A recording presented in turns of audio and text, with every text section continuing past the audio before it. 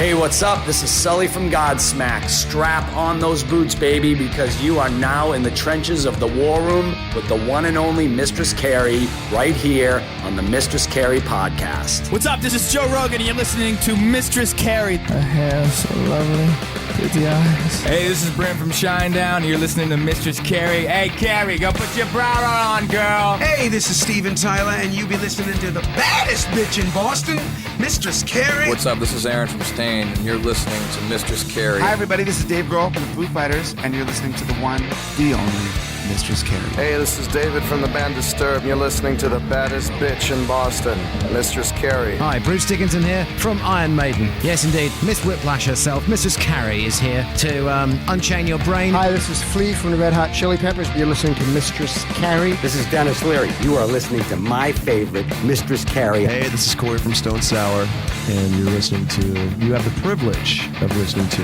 Mistress Carrie. Oh, God. Oh, yeah. Hey, it's Mistress Carrie, reporting for duty from MCHQ for episode 189 of the Mistress Carrie podcast.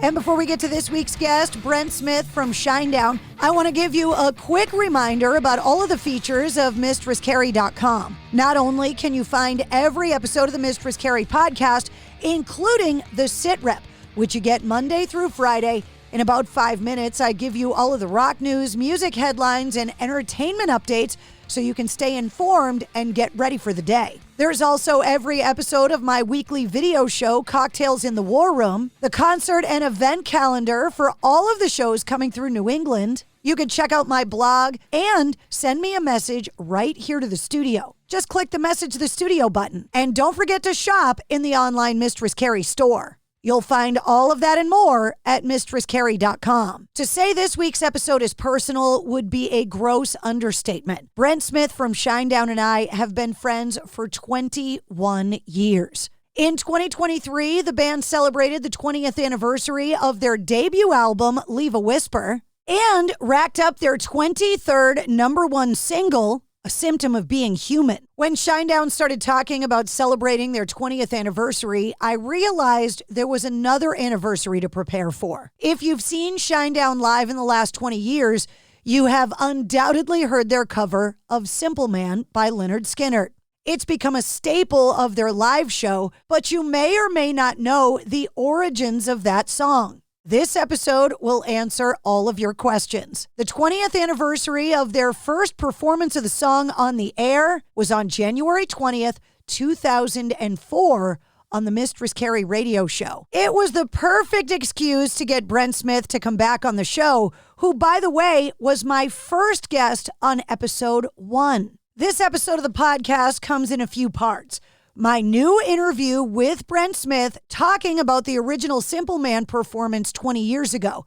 And you'll hear some of the original on-air audio of that day and the follow-up interviews later that year. But after the new interview with Brent is over, there's a bunch of bonus audio. The original interview from January 20th, 2004, and their follow-up appearances on March 11th, 2004, and June 8th of 2004. This audio has been sitting in the Mistress Carrie vault for 20 years. So if you're a Shinedown fan, buckle up and hold on tight because this episode is going to take you on a ride. Allow me to reintroduce you to Brent Smith from Shinedown. Mr. Brent Smith. Happy New Year.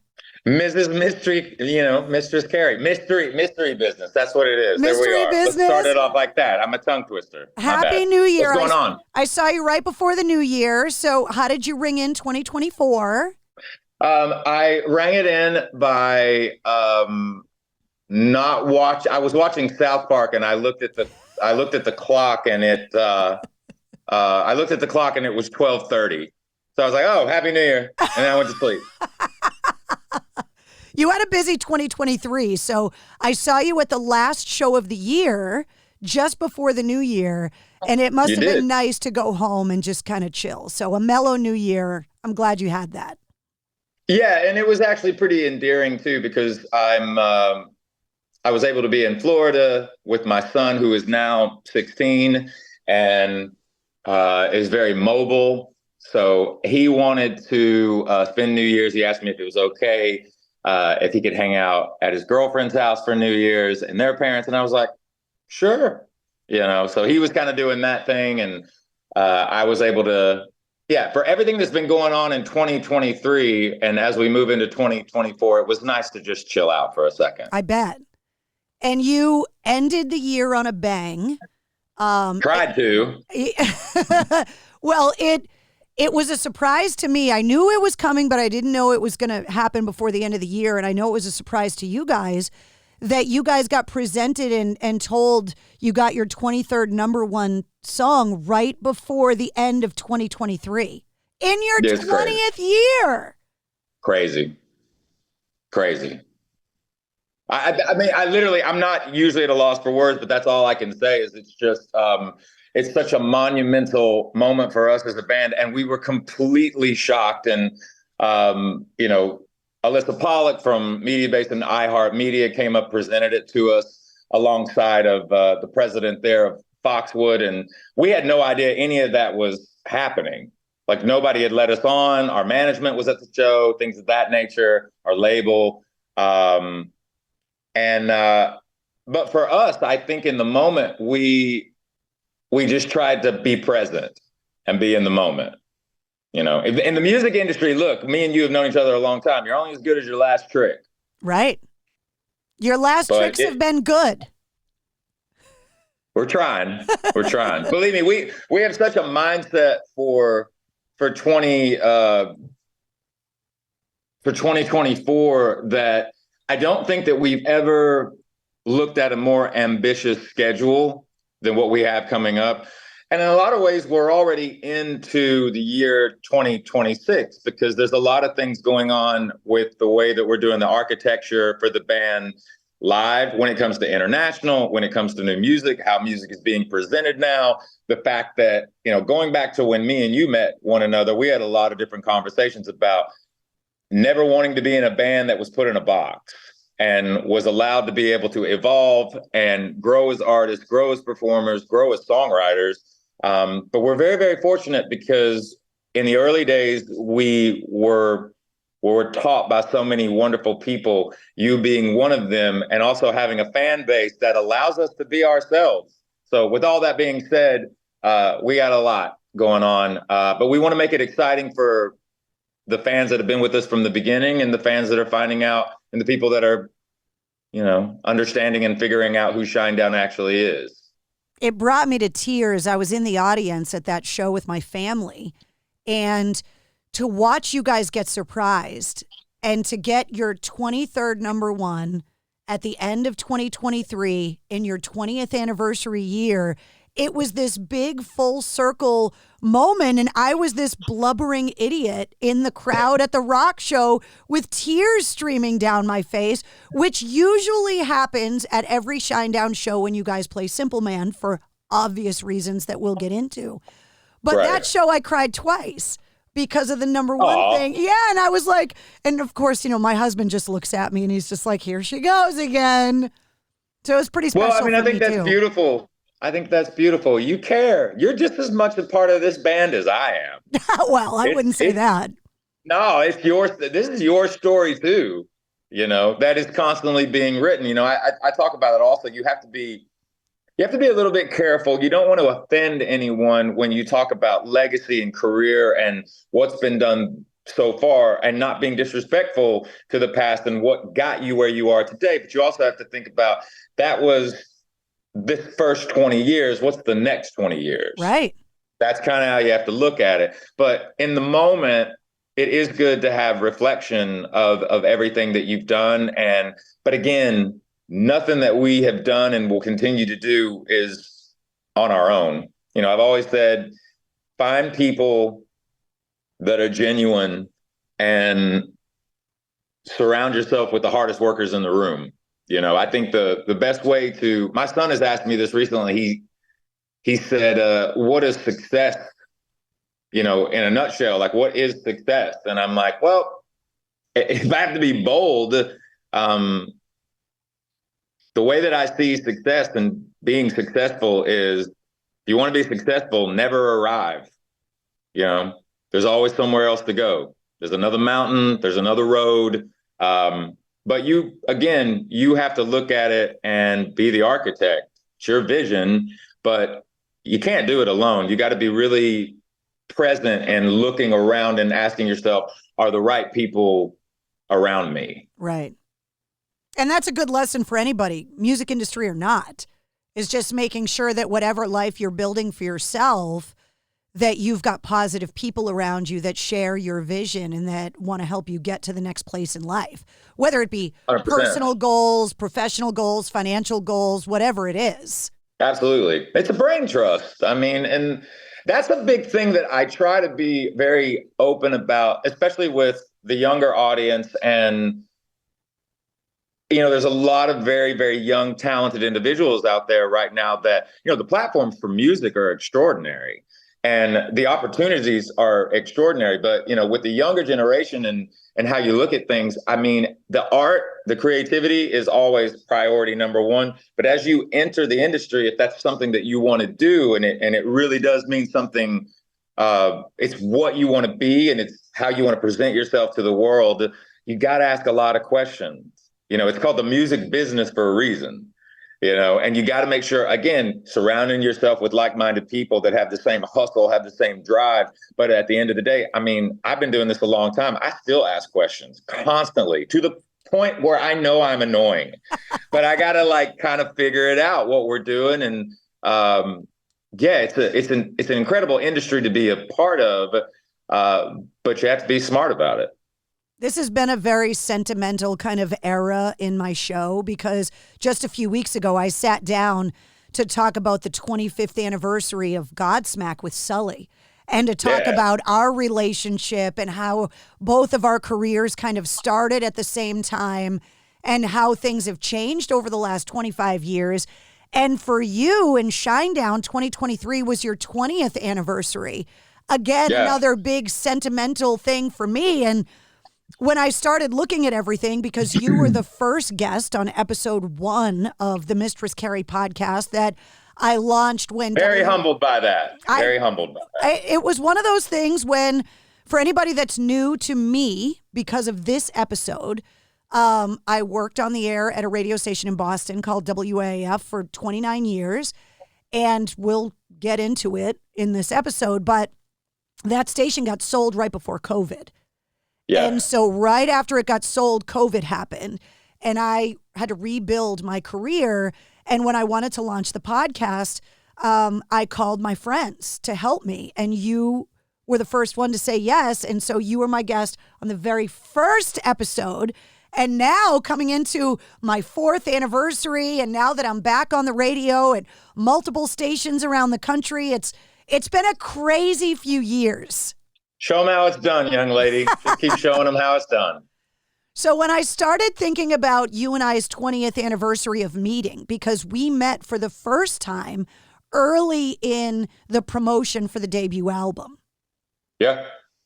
And then when I started digging, and I was like, oh my God, the Simple Man 20th anniversary is January 20th, originally done on my show in 2004. So obviously, the week that this interview comes out, we're just a few days from that anniversary at this point. I know. And I got super schmoopy and was like, you know what? I want to sit down with Brent because I've seen other interviews you've done. I'm a huge fan of the charismatic voice. Love her videos. Elizabeth is awesome. And when her video with you came out, I got tagged in the comments like 100 times. Anytime you do an interview with someone else about Simple Man, anytime I get mentioned or Boston gets mentioned or WAAF gets mentioned or anything like that, people tag me in the comments to make sure that I see it. So it happens pretty often, which is amazing, and thank you. I'm glad. And I was like, you know what? I want to sit down with Brent and I want to come full circle with this whole thing and talk about our memories of it because you've known me a long time. I save everything. You do. I do know that. And I have got all the original audio of that day in the studio. I've got the audio of 6 weeks later when you guys came back in the studio to find out exactly how big of a hit Simple Man was becoming in Boston. Right. No, it changed everything. And and going back and listening to this audio, which I've been doing over the last few days, has been a trip. I bet. Listening to us 20 years ago when neither one of us... I must sound like an absolute dork. Both of us do. Both of us do. But cheers. Yeah. At the bar. I tend bar. That's what I do. So hold on a minute. I make the best drinks, Jason. That's for you, Susan. You got to understand, we're not totally not. We love Boston accent. That is like...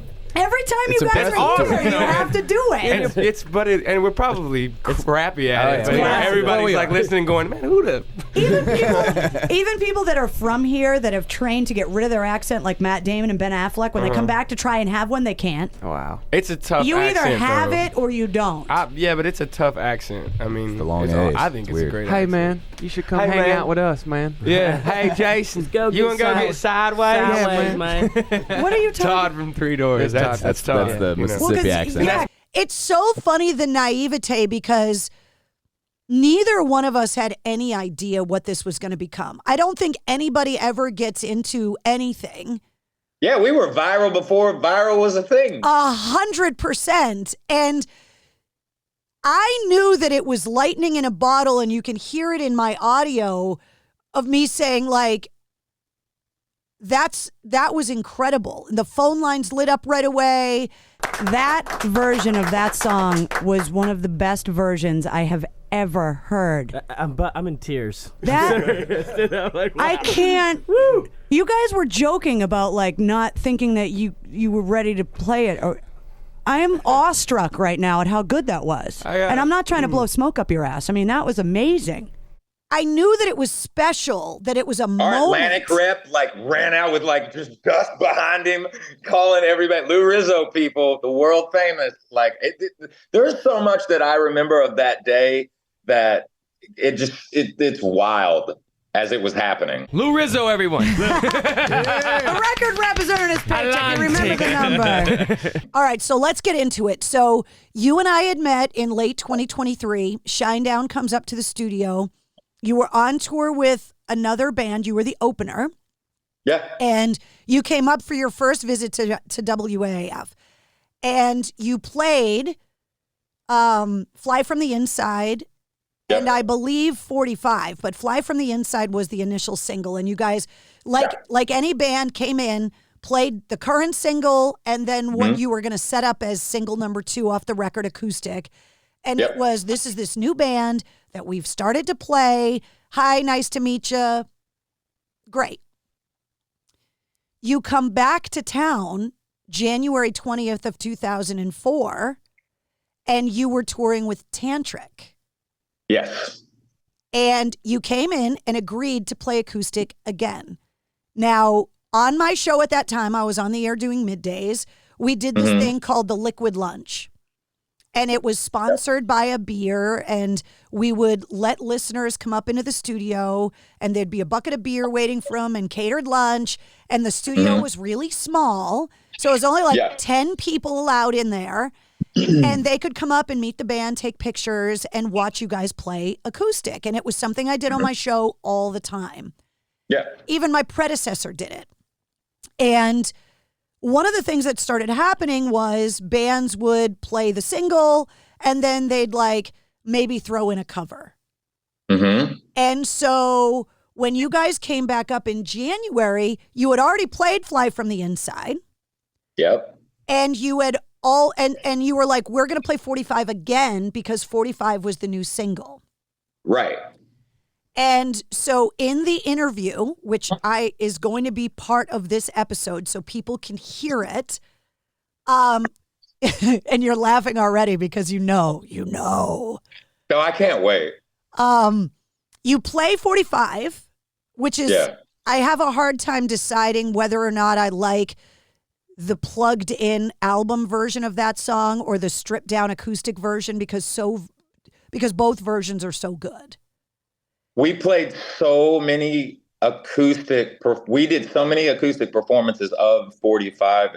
It's kind of hard to choose. There's an arc to it, especially in that first 2 years of the debut. So of any song, more than any song on that record, aside from when we get to this very important part of Shinedown history, when Simple Man was born, if you will, from our version, that I tell people all the time, I'm like, this was not planned. No. So anyway, I cut you off. Go ahead. Sorry. No. So when you guys came back up again, we had hit it off the first time you came up.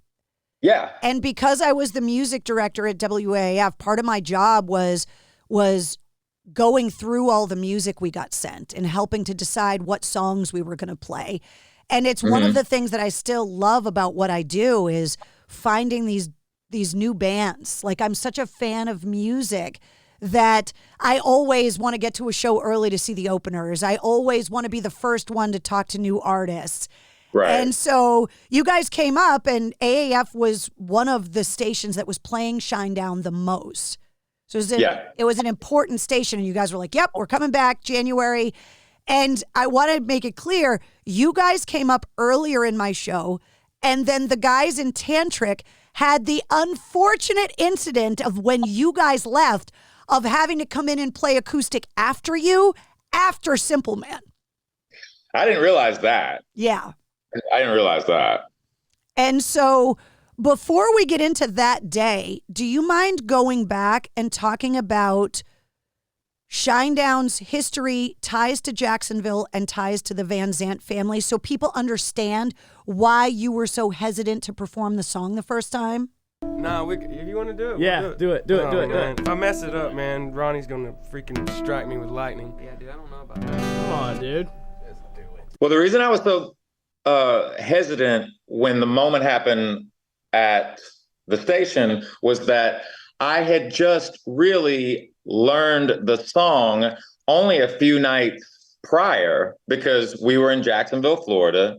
I guess so that I don't get too long-winded, I think some people know this, some people don't know this. So the original guitar player for Shinedown for the first two albums is a gentleman by the name of Jasin Todd.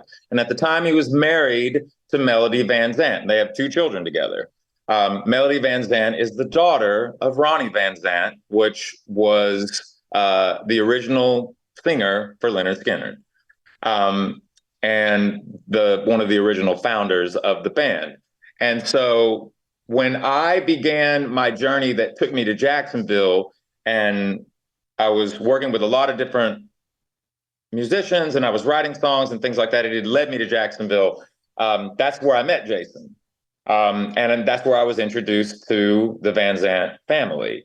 Now, mind you, I'm going to say something here. Just like my kind of the folklore that I have with the incredible Eddie Van Halen, it's kind of the same with Skynyrd, where I didn't necessarily grow up on Skynyrd.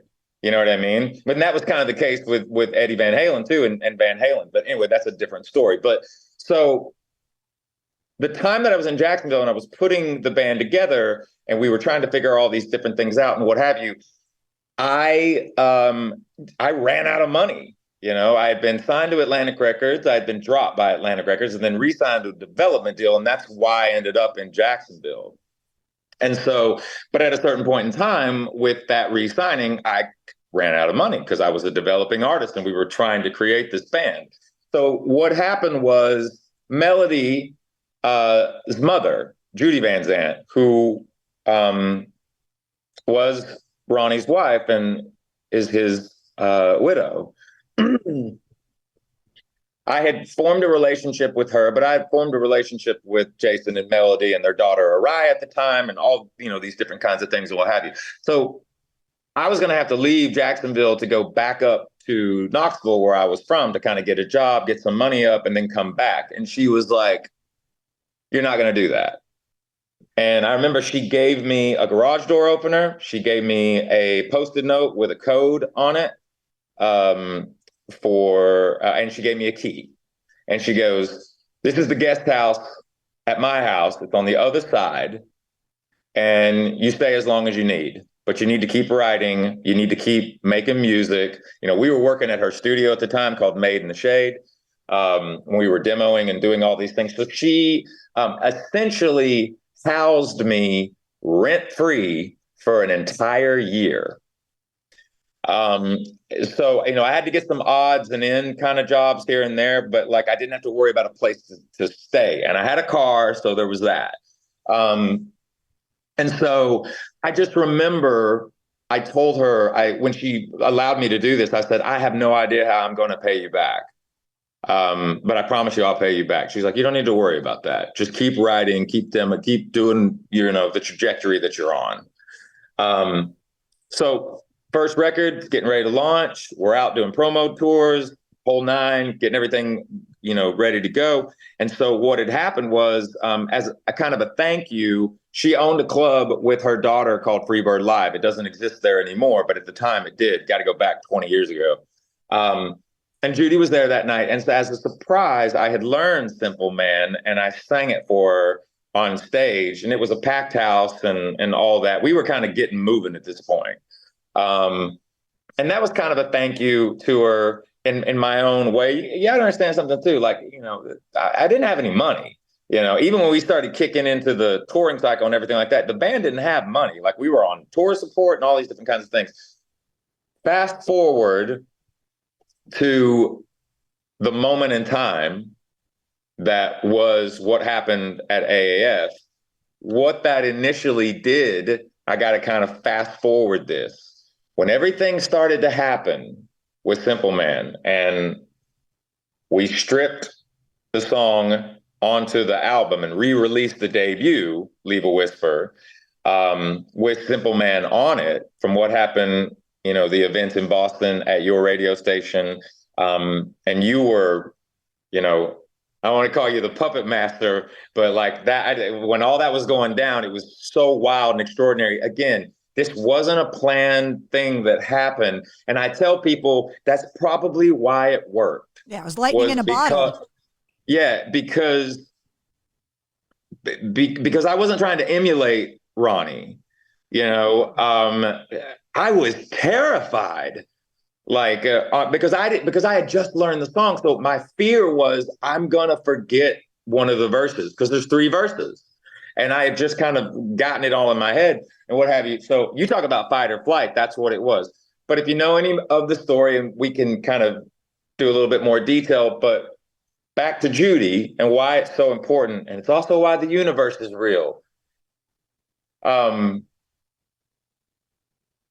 We put the song on the record, and we went from selling around, at the time, you got to remember, this is 2003, to all your listeners and your viewers right now.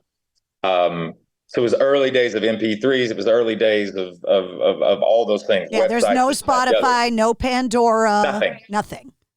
Still selling records, physical CDs. Right. We were on the second single, 45, and it was generating about 8,000. We were selling about 8,000 records a week, which was, not too bad. For a new band, that's good. Then Simple Man gets stripped on it. The first week of sales, we jumped from 8,000 records a week to 17,000 records a week. And for the next, I don't know, like 8 months or something like that, we were selling between 25 and 30,000 records a week. It was insane. Now, that being said, at the time, Judy Van Zandt owned half of the Lynyrd Skynyrd publishing. So the song was written by Gary and Ronnie. Well, she owned half of all the catalog. And so when that song Processed was locked in, it became a single, and it just, it was a juggernaut. She was earning, the publishing for it. And I remember it was about 6 or 8 months later, and we were in Jacksonville, and I was at an event with her. I can't remember exactly where it was, but I remember I walked up to her and I said, I told you I'd pay you back. Really? Yeah. Oh. And I got to tell you this right now, like, and I have to be really careful because I will get emotional, because I'm getting emotional now.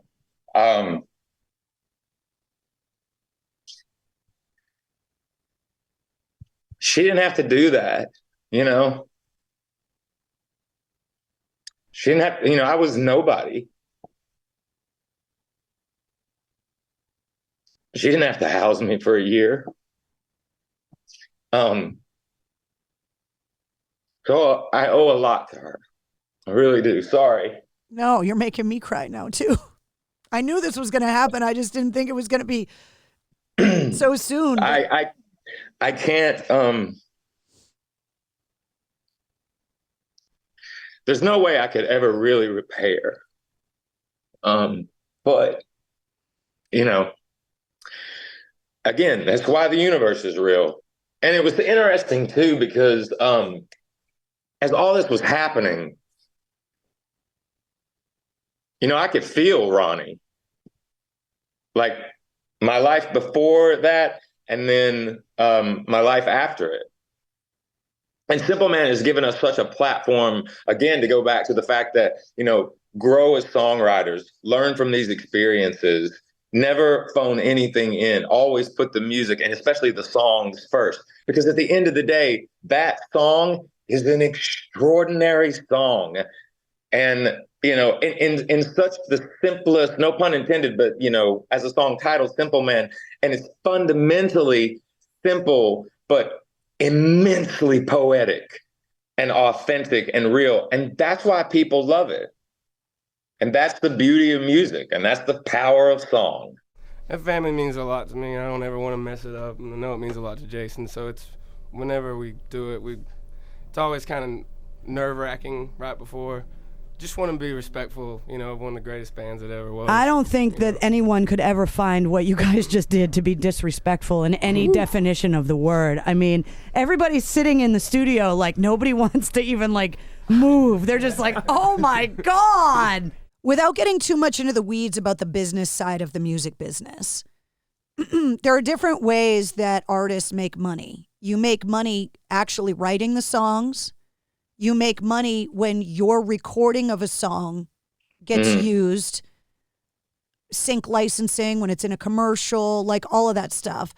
And so for Judy to own half the catalog of Lynyrd Skynyrd, which is arguably one of the biggest bands and one of the greatest American rock bands ever. One of the most profound catalogs, too. Yes, exactly. When you talk about how she didn't have to do that, She has her life and is managing the career of her husband and the family legacy of the Van Zant name. Yeah. What an unbelievably gracious,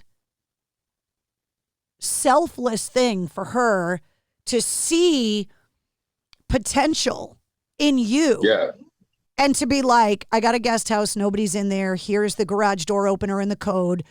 I'm only going to ask that you continue to write music, that you don't squander this opportunity and you take it and run with it. Yeah, man, that's all she wanted. And I think for you, repaying her, you did what she asked. And you've continued to do that over 20 years to honor that gift of graciousness that she gave you in that safe space for you to not have to worry about money and a place to live where you could just write and be creative. She took talk about an elephant, more like, that weight, because it was a weight, how am I gonna, I don't know how I'm gonna, and she just lifted it off of me so that I could concentrate. It was very profound what she did. And I have to say this too, because, we lost Gary last year, and I feel honored on so many different levels as well, because I will tell you this too. Everybody that's in Skynyrd now, the past 30 years, however you want to look at it, especially Johnny, those guys have, Johnny and Gary from day one could not be more incredible, not only to the band Shinedown and their support of what we do, and obviously our support of who they are and what they do, but they're just the greatest group of people, men and women in all of that organization. I mean, that I've ever come across. They're some of the most incredible human beings. And like you said, very selfless, full of heart. And the fact that I was able to, for the very first time ever, walk on stage with Johnny and all the guys and Gary at the Ryman last year when they were filming the 50-year anniversary of the band. And for the very first time ever, they invited me to come up and sing Simple Man with them.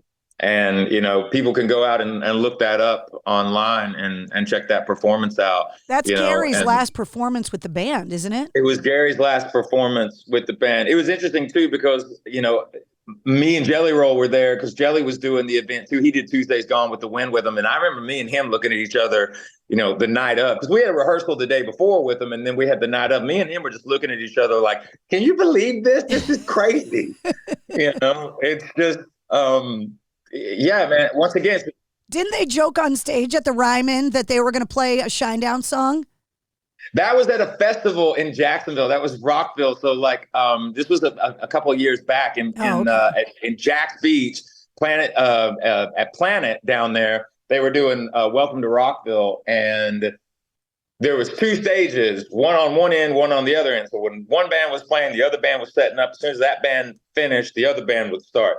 So Skynyrd was the headliner, and we were right before them. And I remember I went into their dressing room, and I asked Johnny, I said, are you cool if I play it? Because I know you guys are headliner. Are you cool if we play it? And he was like, are you kidding me? Yes, of course. And this just shows you how badass these dudes are. So we play our show. It's a great show.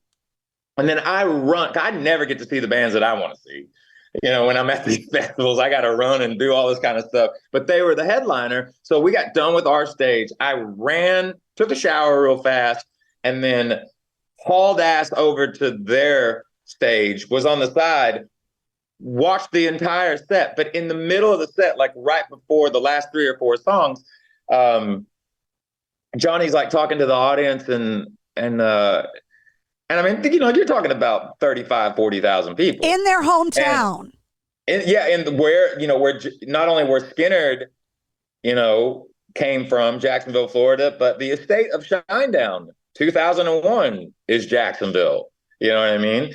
And he goes, he's up on the mic. He's like, y'all having a good time still? Place going nuts. And he goes, all right, everybody. Well, we got one for you now. You may have heard this song before. We're gonna sing you a Shinedown song, and they played Simple Man. I lost my mind. I lost my mind on the side of the stage because he's, you know what I mean. He's like, "We're gonna play you a Shinedown song," and then he plays. I'm like, you can't make that up, man. It's just crazy. It's got to be weird for a band to have another artist cover their song and make it successful in their own right. That's got to be weird, but amazing. I don't know if it's weird. I think that, everything happens for a reason. Again, I cannot stress the fact that the universe is real. All these moments could have never been, you couldn't have written this down. And it all happened by energy and by circumstance and chance. And I think that's what makes it so authentic, is that it wasn't pre-planned. It just happened. So the day, January 20th, 2004, you guys come into the studio. First of all, do you remember that you had a viral infection? I didn't. You were sick as a dog, hacking up a lung. Was I really? Oh, yeah. Yeah. Was I being a baby on the air? Probably. No, you had canceled 2 shows before in Connecticut and in Albany, New York on the tour because of how sick you were. That song cannot be easy to sing when you have the flu. Because you have the flu right now, right? A little bit? Infection, but I'm good. You have a sinus infection, Boston, and you can baby. still I'm ready to sing roll. like that. How do you still sing like that when you're on antibiotics? I'm in Boston, baby. I'm ready to go. You feel all right? Yeah. So people were calling, asking if you guys were going to play that night. Yeah. And you were legitimately sick, and you were blowing your nose, and you were coughing and hacking up a lung, and you were apologizing to the audience.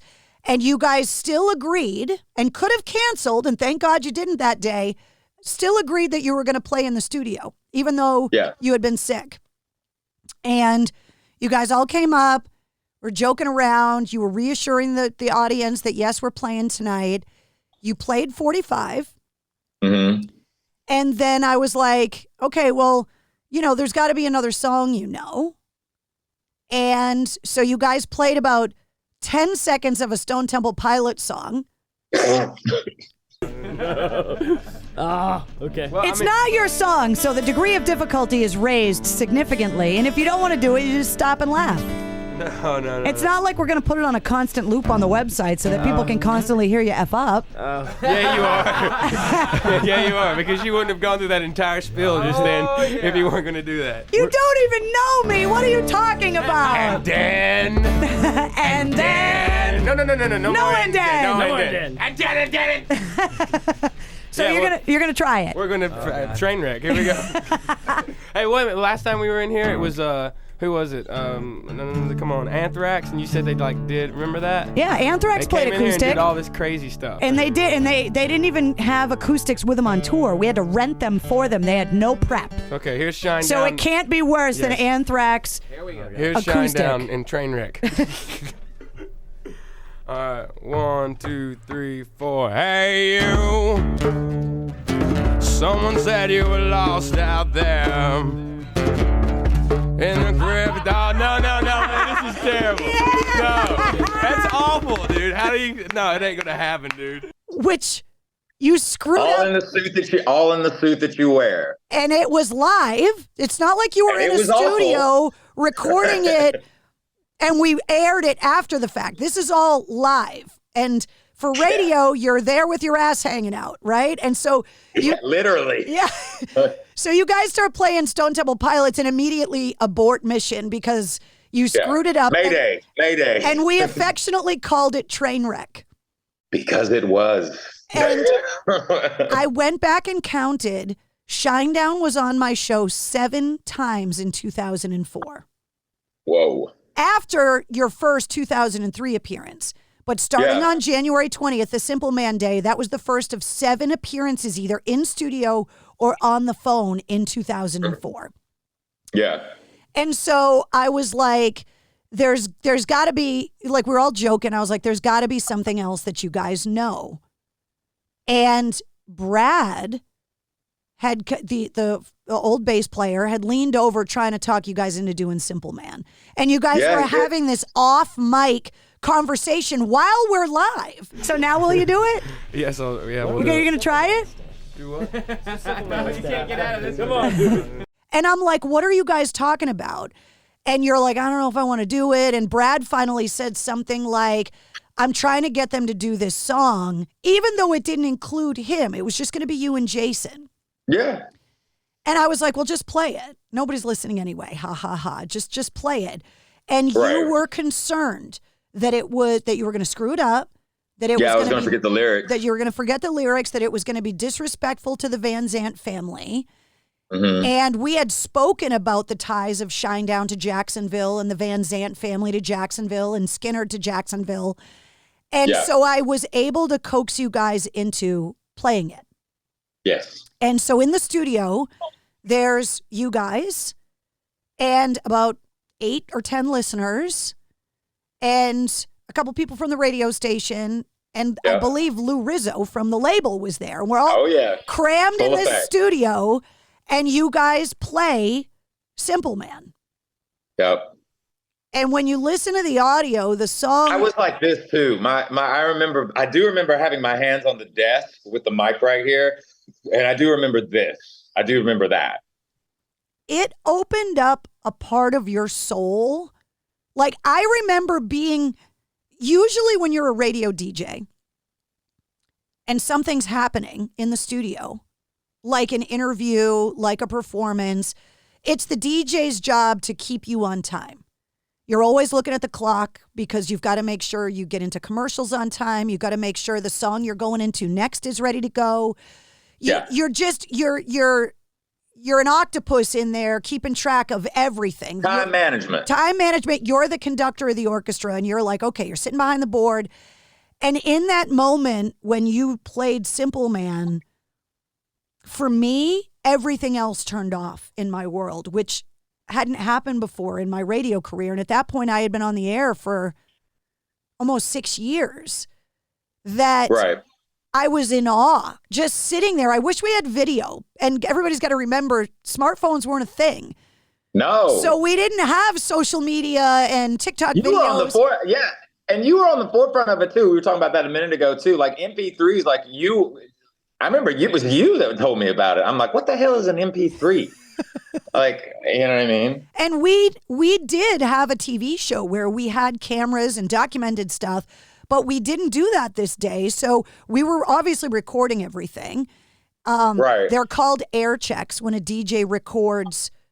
Every time you hit on the microphone, a recorder starts. And when you turn off the microphone, it stops because you don't need to record the songs you're playing and the commercials. You just want to hear what's actually going live.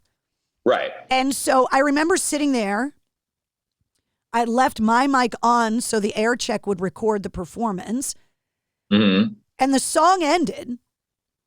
And I forgot that I had to talk. Everybody's sitting in the studio like nobody wants to even like move. They're just like, oh my God. That was amazing. Thanks. Do you guys play that on the bus, or is that just one of those songs that you just inherently know because you love it so much? It's actually one of the first times it felt natural. Because I was in that moment with you. And, yeah. And everybody in the room didn't know what to do. The applause was delayed. And there's this uncomfortable, like 2 or 3 seconds of silence because nobody could believe what just happened. Meanwhile, the phone lines are already ringing during the performance. Yeah. There's just all these blinking lights in the studio. And I tried to tell you guys in that moment, I had to find words. And you guys were worried, like, I hope it was good. And everybody knew it was good.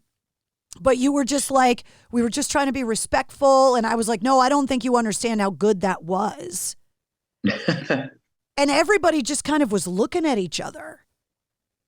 And these acoustic performances are something that WAAF as a station, even before they started happening on my show, it was something AAF was known for.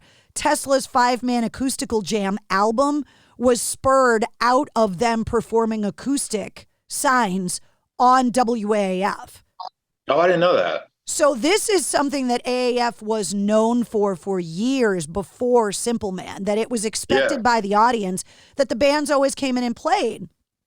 And you guys finished the interview and we were all like, wow, that was amazing.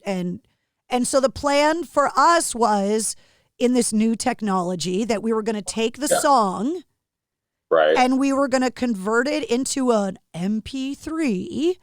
Yeah. And at the time, this was kind of before Napster and Lars and stealing music, when the industry was still making money off of physical albums. And we were going to put the song up on our website, which was this new technology as well, because so many people were calling and requesting it. So you guys leave. Tantric comes in. They play. They leave. My show's over. Yeah. And everybody in the office is coming into my office talking about that Shinedown band, because people still were learning who you were. Who was the PD at the time? I believe it was Keith Hastings. It was Keith, yeah. And it should be noted that the production director, Chuck Davis, who was a musician in his own right, was the engineer that day and ran all the mics and actually made it sound as good as it sounded. And that was part of his job, is that he would be in another studio mixing it to make it sound good. And Chuck deserves all the credit in the world, and Keith deserves the credit for 100% allowing the show to be taken over in the middle of the workday by this new band, Shinedown. Yeah. And everybody in the building, and there's multiple stations in the building, are all talking about this new band, Shinedown, and what they just played and whatever. And all afternoon, I finished my show at 3, all afternoon, people were calling, you got to play that Shinedown song. You got to play it again, play it again, play it again. So we put it into the computer in the studio so the other DJs could play it. Right. And it started getting played all the time. This was unbeknownst to us. Like, we left. You guys went, played the show at Tantric and left town. Yeah. The next day, phone lines continuing to ring, because now it's going viral before viral was viral. People are hearing about it at work. They missed the live performance but heard it after the fact. You got to play that again. People call and saying, I'm trying to record it off the radio.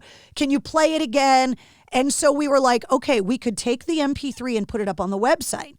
Now, no one would ever do this now. Right. But we put the song up so people could download it because this was all new and nobody really knew that file sharing, this was all new stuff because people were requesting it so often that if we just played Simple Man 24 hours a day, it wouldn't have been enough. And what was really funny is that because AAF was leading on playing Shinedown as a band and the new single was 45, there's a thing when you schedule music for a radio station called artist separation, that you don't want a band's songs to play back to back or in the same hour, that you want it spread out a little bit. So every time we played Simple Man, it made it harder to play 45. Right. Because we were playing Simple Man so much. Yeah. And other stations around the country would watch how many times we were playing a song. And when you play it less today than yesterday or less this week than last week, other stations start going, well, does the audience not like it? Is there research that says that song's not doing well? Should we scores, the whole nine. Should we stop playing it too? And so other stations around the country that had no idea about Simple Man had started calling the label saying, why is AAF not playing 45 as much? And so Atlantic started calling us going, you can't not play 45 because you're hurting the single, because people are assuming you guys are stopping to play 45 because it's a flop. Right. And they were like, can you play Simple Man less to play 45 more? And we're like, guys, I don't think you understand what is going on here. It's constant. And so we were playing it almost every hour, which for a top 40 stations that are playing like the new Taylor Swift or like whatever, like they play songs every hour because people tune in and listen but rock stations don't play songs that often. Right. So it became the most played song on the station. We put it up on the website. Yeah. And you guys ended up coming back. Yep. I have the date, March 11th. Okay. So that show. Is this 04? 04, 6 weeks later. Okay. Yeah. So that day, right before St. Patrick's Day in Boston, I had George Killian from Killian's, like the liquor, on my show earlier in the day. Yep. And you guys came back to the studio. When you guys were here, and there are hundreds of emails, you would not believe the feedback that we got after you guys played in the studio last. I've never seen anything like it. It was unbelievable. We weren't oblivious to it. We saw what was going on. Yeah. Each week after it happened, we noticed that the sales in Boston just went through the roof. Yeah. As far as people going out and buying the record. We sold more records here than anywhere. Yeah. This is the number one seed. Yeah. You guys have given us so much love. And I had to drag it out of you to play this song. Well, it's because it wasn't rehearsed. We didn't do it. It's not. It's a Lynyrd Skynyrd song. By that time, it was only like it's not like second or third time we'd ever done it. I mean, period. I think it's just one of those things where you were doing bands were coming in doing like these obscure covers, and we did Trainwreck with STP. Yeah, that was not good. That was scary. That was bad. Just to show the technology, right? Yeah. You wanted to do a giveaway where we were giving away $100 iTunes gift card and an iPod. Yeah. As a prize on the air. iPods, man. And we were trying to, in the 6 weeks, the label was scrambling, trying to figure out what to do about Simple Man. Yeah. And in the interview on March 11th, you guys said on the air that they were working on getting it put up on iTunes so people could buy it for 99 cents. Mm-hmm. And that's how you guys were going to release Simple Man originally. You're putting the song up. It's going to be for sale legally on legally. Napster next week on Tuesday. And then it's going on iTunes. Hopefully soon. Very soon. It's going really We don't soon. have a date yet. Yeah. But it's going to be soon. It's going to be very soon. All right. So that way, if you haven't gotten music from iTunes or whatever, it's 99 cents and you can load it and then you can keep it forever. Yeah. And so you guys wanted to do something really cool, which I love the idea of, because you're going to be selling the song on iTunes for 99 cents. You want to give away Napster. And Napster too. You wanted to give away an iPod. Hell yeah. And a gift certificate to iTunes so that people can load up, all of the music that they want to listen to, including your song. Yeah. So it's going to get sold at least once. Yes. Because you guys are giving the people the money. Yeah. Well, I mean, there was They all better this. get it. Well, there was all this talk about possibly being able to, strip it on the record and this. Because and that, it's hard because you already made your CD. You already made the record, so it's like, well, what do you do with it? What can we do? And that I got a roll of duct tape. We could go and stick the song on every one of your CDs. It's not a bad idea. But to us, we wanted we definitely wanted people to be able to get it. Yeah. So that was the easiest way that we could figure out. And it's immediate. The quickest way. Yeah. Originally, It was just going to be on iTunes, and you were going to be able to buy it. Yeah. And so you guys wanted to give away an iPod and a $100 gift card so people could buy Leave a Whisper, buy for 99 cents Simple Man, and have an iPod to put all the music on. So we decided to do a contest. And for people, we asked the web guy before you guys came into the studio to tell us how many times people had listened to Simple Man on our website in 6 weeks.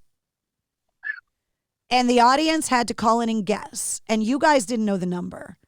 Right. So before we announced the contest, I told you guys the number. And I asked you guys to guess off the air. How many do you think it was? And you guys guessed like 1,000, 5,000. And I just kept shaking my head and you were like 10,000. And now you guys are looking around the room. Lou Rizzo's with you again because he didn't know the number either. Right. And then I told you what the number was. You wrote it on a Post-it note. Yeah. Do you remember that it was a Post-it? Yep. Because the web guy went in, I said, get the accurate, because it was changing every hour. So I said, go and get me the most accurate number. And he wrote it on a Post-it note and gave it to me. And I was in awe. And then I gave you guys the Post-it note. And so then we went on the air and you guys knew the number and you can hear it in the audio that you guys are in complete disbelief at how high the number was. And we told the audience Price is Right rules, the person that gets closest without going over is going to win the iPod. And we were taking live calls and it's ridiculous. And I just wanted to be said that, like, listening back 20 years later, it's so dumb. Like, we're all so bad at what we did back then. If we're good at what we do now, That's what made it great, though, man. That's what made it great. So what we did was we went to Ben, our web guy, and found out exactly how many times people have listened to Simple Man on WAAF.com. And for the people that have called, you're way off. Yeah. Yes. Now, you need to multiply. It's going to blow your mind. You guys... It just blew ours. We can't believe it. We can't. We were like, what? You guys thought that it was like a certain number, and it's way more than what you guys thought it was. I about had a heart attack when you said it. I was like, oh my, I can't. That's good. I can't believe that. So that's amazing. Since when? What was the date on that? January 20th. Wow. Okay. That's incredible. That's what I mean. Yeah, it's like 2 months. Everybody that's barely. listening, it's a lot more than you would think. We were really 7 shocked. weeks. Yeah, we're really shocked. All right, so we need people to guess 617-931-1AAF. You got to come closest without going over, and we'll hook you up with the iPod. We'll give you a hint. If you're guessing like in the 20, No hints. Gotta give him a hint. No hints. You get nothing. You'll get nothing and like it. You're too nice. This guy's too nice. It's a bigger number than you're thinking. Yeah, I tell you that's what, all you whatever the need. number That's you're. all you Okay, need. let me do this at least. No. Whatever the number. Shut Whatever up. the Turn number- his mic off. No, whatever the Turn number his is, freaking the mic comma. off. Whatever number you think it is, move the comma. Move the comma. That's all I'm gonna tell you. All Just right. move the comma. Now, Somebody put something in his mouth. now My if you zip is guys- stuck. The person that ended up winning it guessed 500,000. And the actual People number. have to understand something too. Like, this is because it's 2004. 2024. Now it was 2004. Then it's 20 years ago. Yeah. So this number, because I know you're going to tell everybody like what the actual number was. Well, do you remember what the actual number is? I know it was a little. It was over 500. It was something. I want to say there was a 2 involved, so it was either 512 or 20 something. I don't know the exact number. 526,419. You guys brought us an iPod and $100 worth of downloads off of iTunes so we can get a winner. Closest without going over. Hey, can I take a guess? Yeah. Is it 500,000? Who's this? Jeremy. What's your guess? 500,000. Should we give it to him? Yeah. It's pretty close. It's pretty close. The actual number is 526,419, but you got the close. Nicely done. Thank you. Congratulations. You just got yourself an iPod and $100 worth of downloads on iTunes, courtesy of Shinedown and their wonderful record company, Atlantic Records. Thank you, Rizzo. You must download Shinedown songs. So that way you can download the version of Simple Man that you always wanted on iTunes, all right? Definitely, thanks. Awesome. Are you going to the show tonight? No, I wish. Aha, you don't have tickets. But you got an iPod. But you got an iPod. We don't. I wish I had tickets for you, dude, but you got yourself an iPod 526,419 times. Nice. All right, hold on 1 second. All right, thank you. Can you guys believe that number is that big? I'm amazed because I didn't know what it was until we looked at it to see what it was. Yeah, I don't know what to say. Just thank you, Boston. Everyone out there. I mean, it's just... Seriously, huge, man. Thanks to Boston. I From us, man. Everybody in Shinedown. You guys have done so much for us. Thank you so much. 1,000 downloads. Number one, baby. That's just ridiculous. You don't realize how much that makes us feel, like how good that makes us feel. It really does. 520 in 6 weeks on one radio station's website in Boston. Yeah. And it had never really been done where we put a song up on the website. Like now this technology is almost old. Somebody gets gets 500,000 views on a YouTube video or listens to a song 500. I mean, we just had a viral moment happen out of the blue, and the song "Sound of Madness" is now in the top 10 on iTunes currently right now, which is it's like nutty, like how it happens now. But back then, this was all this is uncharted territory. Yeah. So 526,419. You guys are floored, and when we said the number, Lou Rizzo ran out of the studio. Yeah, dust. Vapor trail left behind because his job was to be the New England representative of the label. So when any of the bands came into New England, it was his job. But then there's a boss in New York. Yeah. And he ran out to call the boss in New York because this was a physical indication. Which would have been Andrea Gannis and Leah Pisacani. Exactly. Now this is empirical evidence of how powerful this song is. Outside of us just telling people you don't understand how many people are calling, now this is proof that the audience, that this is a thing. Yeah. And so you guys opted to re-record the song. Yeah. Now, originally they asked for our version of the song, which we were going to give them, but we asked for credit on the song. We wanted it to be Shinedown in the WAF studio with the date on it and like Boston or whatever. And I don't know if it was recording quality. I don't know if it was them being afraid that they were going to insult other radio stations that were also helping Shinedown at that point. It had a bit, it wasn't so much the recording quality, it was more of the stations and inside of all of it. But it didn't matter in hindsight because like the legend came, and is still there from you. And, AAF obviously was a huge part of that, but really, and it might have not been something that was planned and what have you, but like you championed, and again, it's why you separate yourself from everybody. Even in the industry now, you're constantly reinventing yourself and pushing the envelope. You've always been that way. But I think just for political reasons and not wanting to make any other territory or format feel weird about it, so we went in Sanford, Florida, cut the song in 2 takes, and also stripped it on. And recorded an acoustic version of 45 while you were there. Yeah. And then did a remix of the song Burning Bright, 3 songs, 3 extra things, the Simple Man, the 45 acoustic, and the remix of Burning Bright. And then something that didn't get done a lot back in the day either, we re-released the record with it on there. But at the end of the day, I love that you kept to your guns too. And yeah, there was a recorded version of it that we did in Sanford, but you're like, I'm playing ours, Arguably, which you have every right to do. Arguably, my version, I'm going to call it my version. My version. It is your version. There's an emotional rawness to it that I think no matter how hard you try to replicate, I think there's a certain amount of the fear, the on the edge, the I'm so afraid to screw it up that is somehow captured on that original recording that it's like it makes me cry still to listen to it. Since you guys left here till now, what the hell is going on? You're re-releasing the whole album. WAAF and their listeners has caused quite a commotion in the Shinedown camp. Just to let you know, I mean, we'll forever be in debt to everyone here because, I mean, it really started something really big.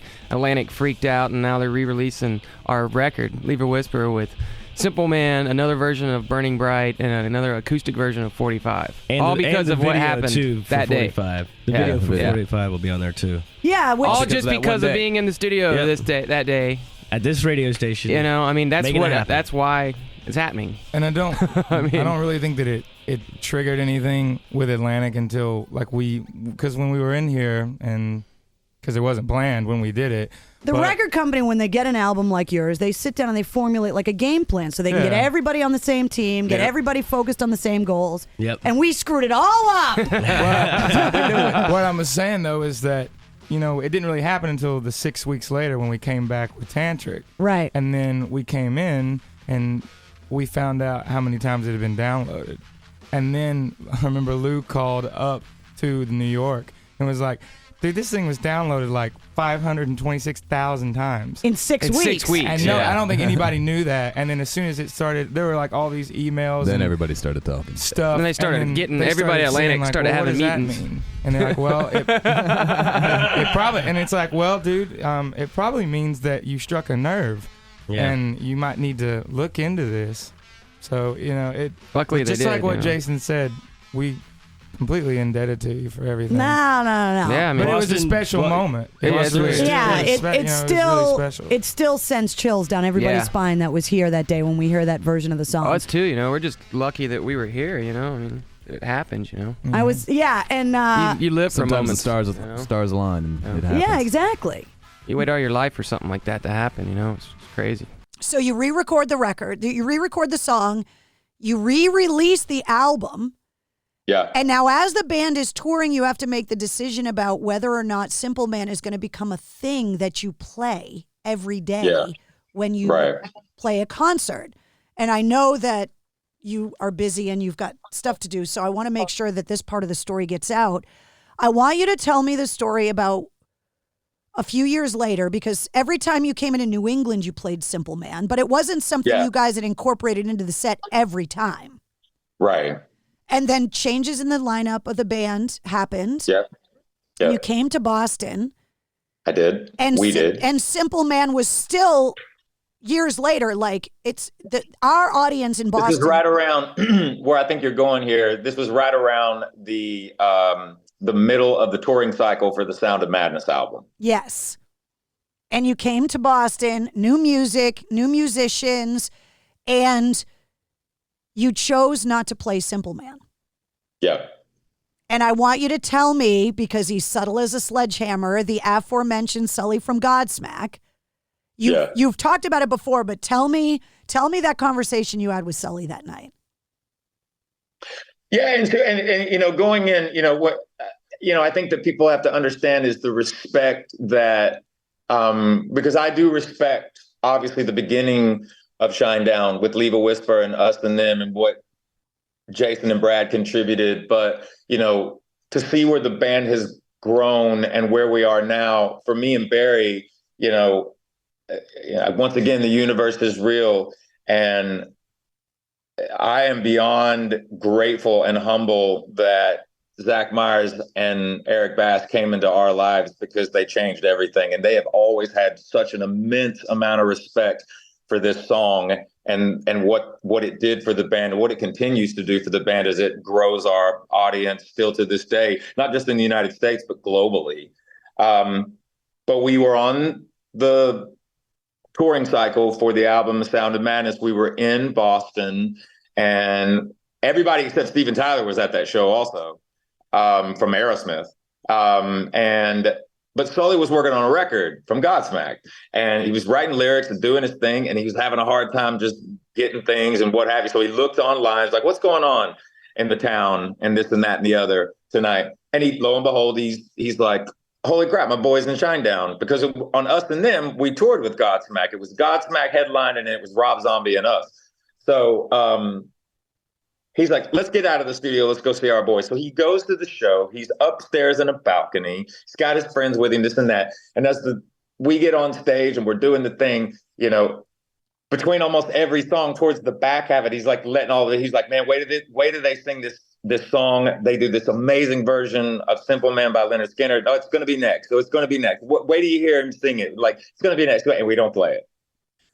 And I'm in the bus at the end of the show. Tour manager comes down and says, Sully Erna from Godsmack is here. He's in the Foundation Room. Because I believe this was the House of Blues. Yep. In Boston. And they're like, he wants to see you. I was like, oh, shoot, I didn't know he was here. And so I go upstairs to the Foundation Room. He, like a hawk, sees me walk in, just makes a beeline for me.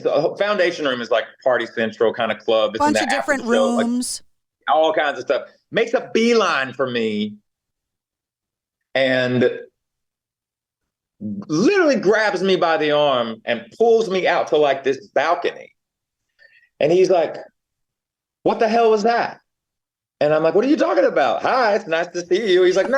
What was that? And I'm like, what are you talking about? And he goes, why didn't you play Simple Man? And I said, dude, like, we just needed a break from it, you know, with everything that's, you know, kind of transitioned in the band and all this stuff like that. And I remember him going, no,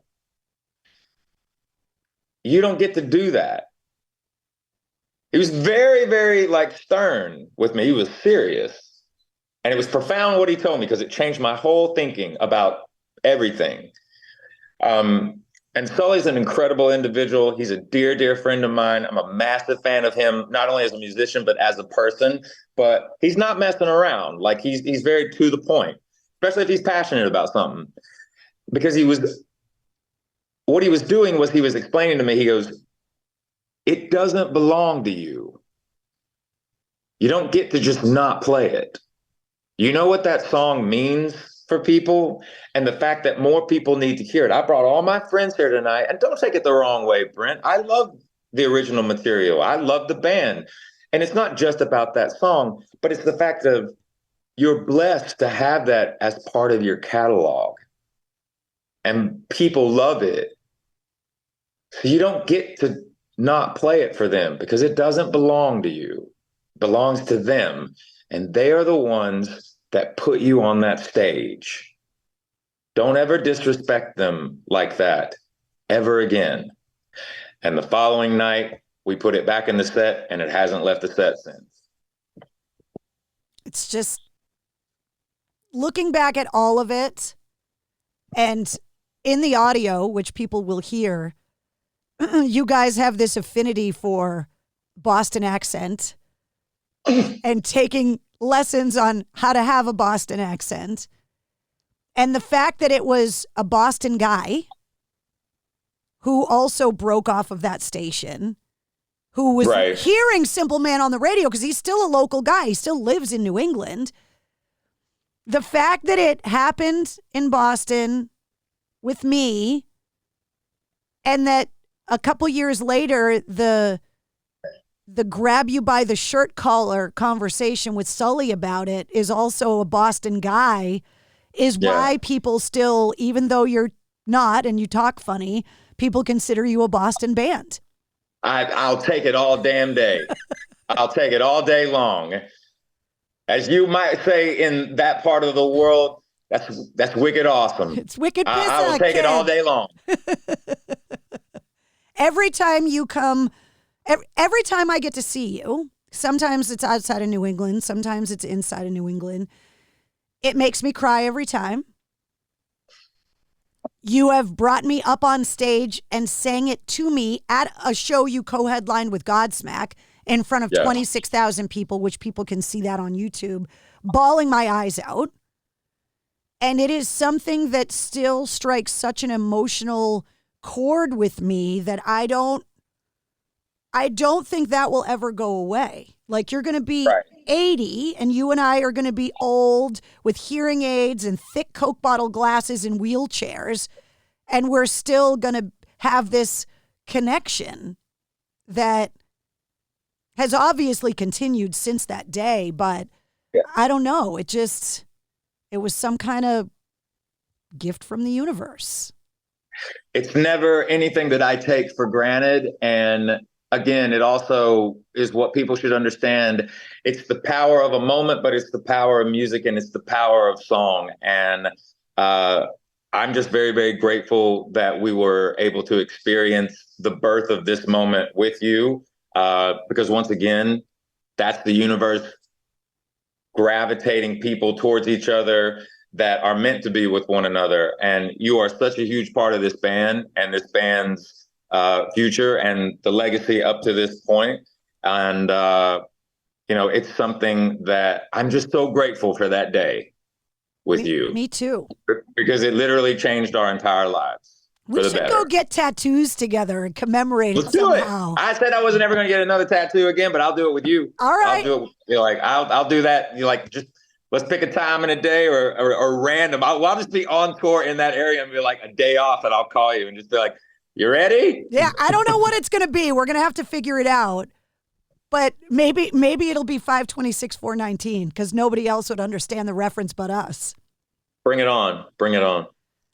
I am so grateful for the last 21 years of friendship with you guys. I think that all of us are in completely different places in our lives than we were when we met. Right. Career-wise, family-wise, personal lives-wise. Your friendship means everything to me. I'm so grateful for it. Ditto. 100%. Right back at you, my dear. And I absolutely love and adore you. And here's to the next 20 and the next 20. And then they'll put our conscious in like a robot or something, and we'll just take off from there. They'll download us and put us into some robotic droid that they're building at Boston Dynamics. But I will say this from me to you, and we'll finish up with this. The best is definitely yet to come for both of us. I cannot wait to see what happens because it's been a crazy 21-year ride so far. Here's to the next 21 and beyond. Well, wait until everybody hears the audio. I do want to say this before I let you go, that I have all of the interview audio that is mine. Putting the performance of the song on a podcast which I'm working on. It is not a guarantee because it's not just you and I saying, hey, let's do it. It's Lynyrd Skynyrd's song, so they've got to sign off. It's your label. It's your performance. There are a lot of people. And if I put it on without permission, it'll get flagged on YouTube and Apple and Spotify because it's copywritten material. Right. So there's a chance that the song from that day will be in this episode, but there's a better chance that it won't be. But we're working on it. But we're working on it. And the interview audio is all there. And I will narrate you through it. And it's hilarious. Bring it on. I love you.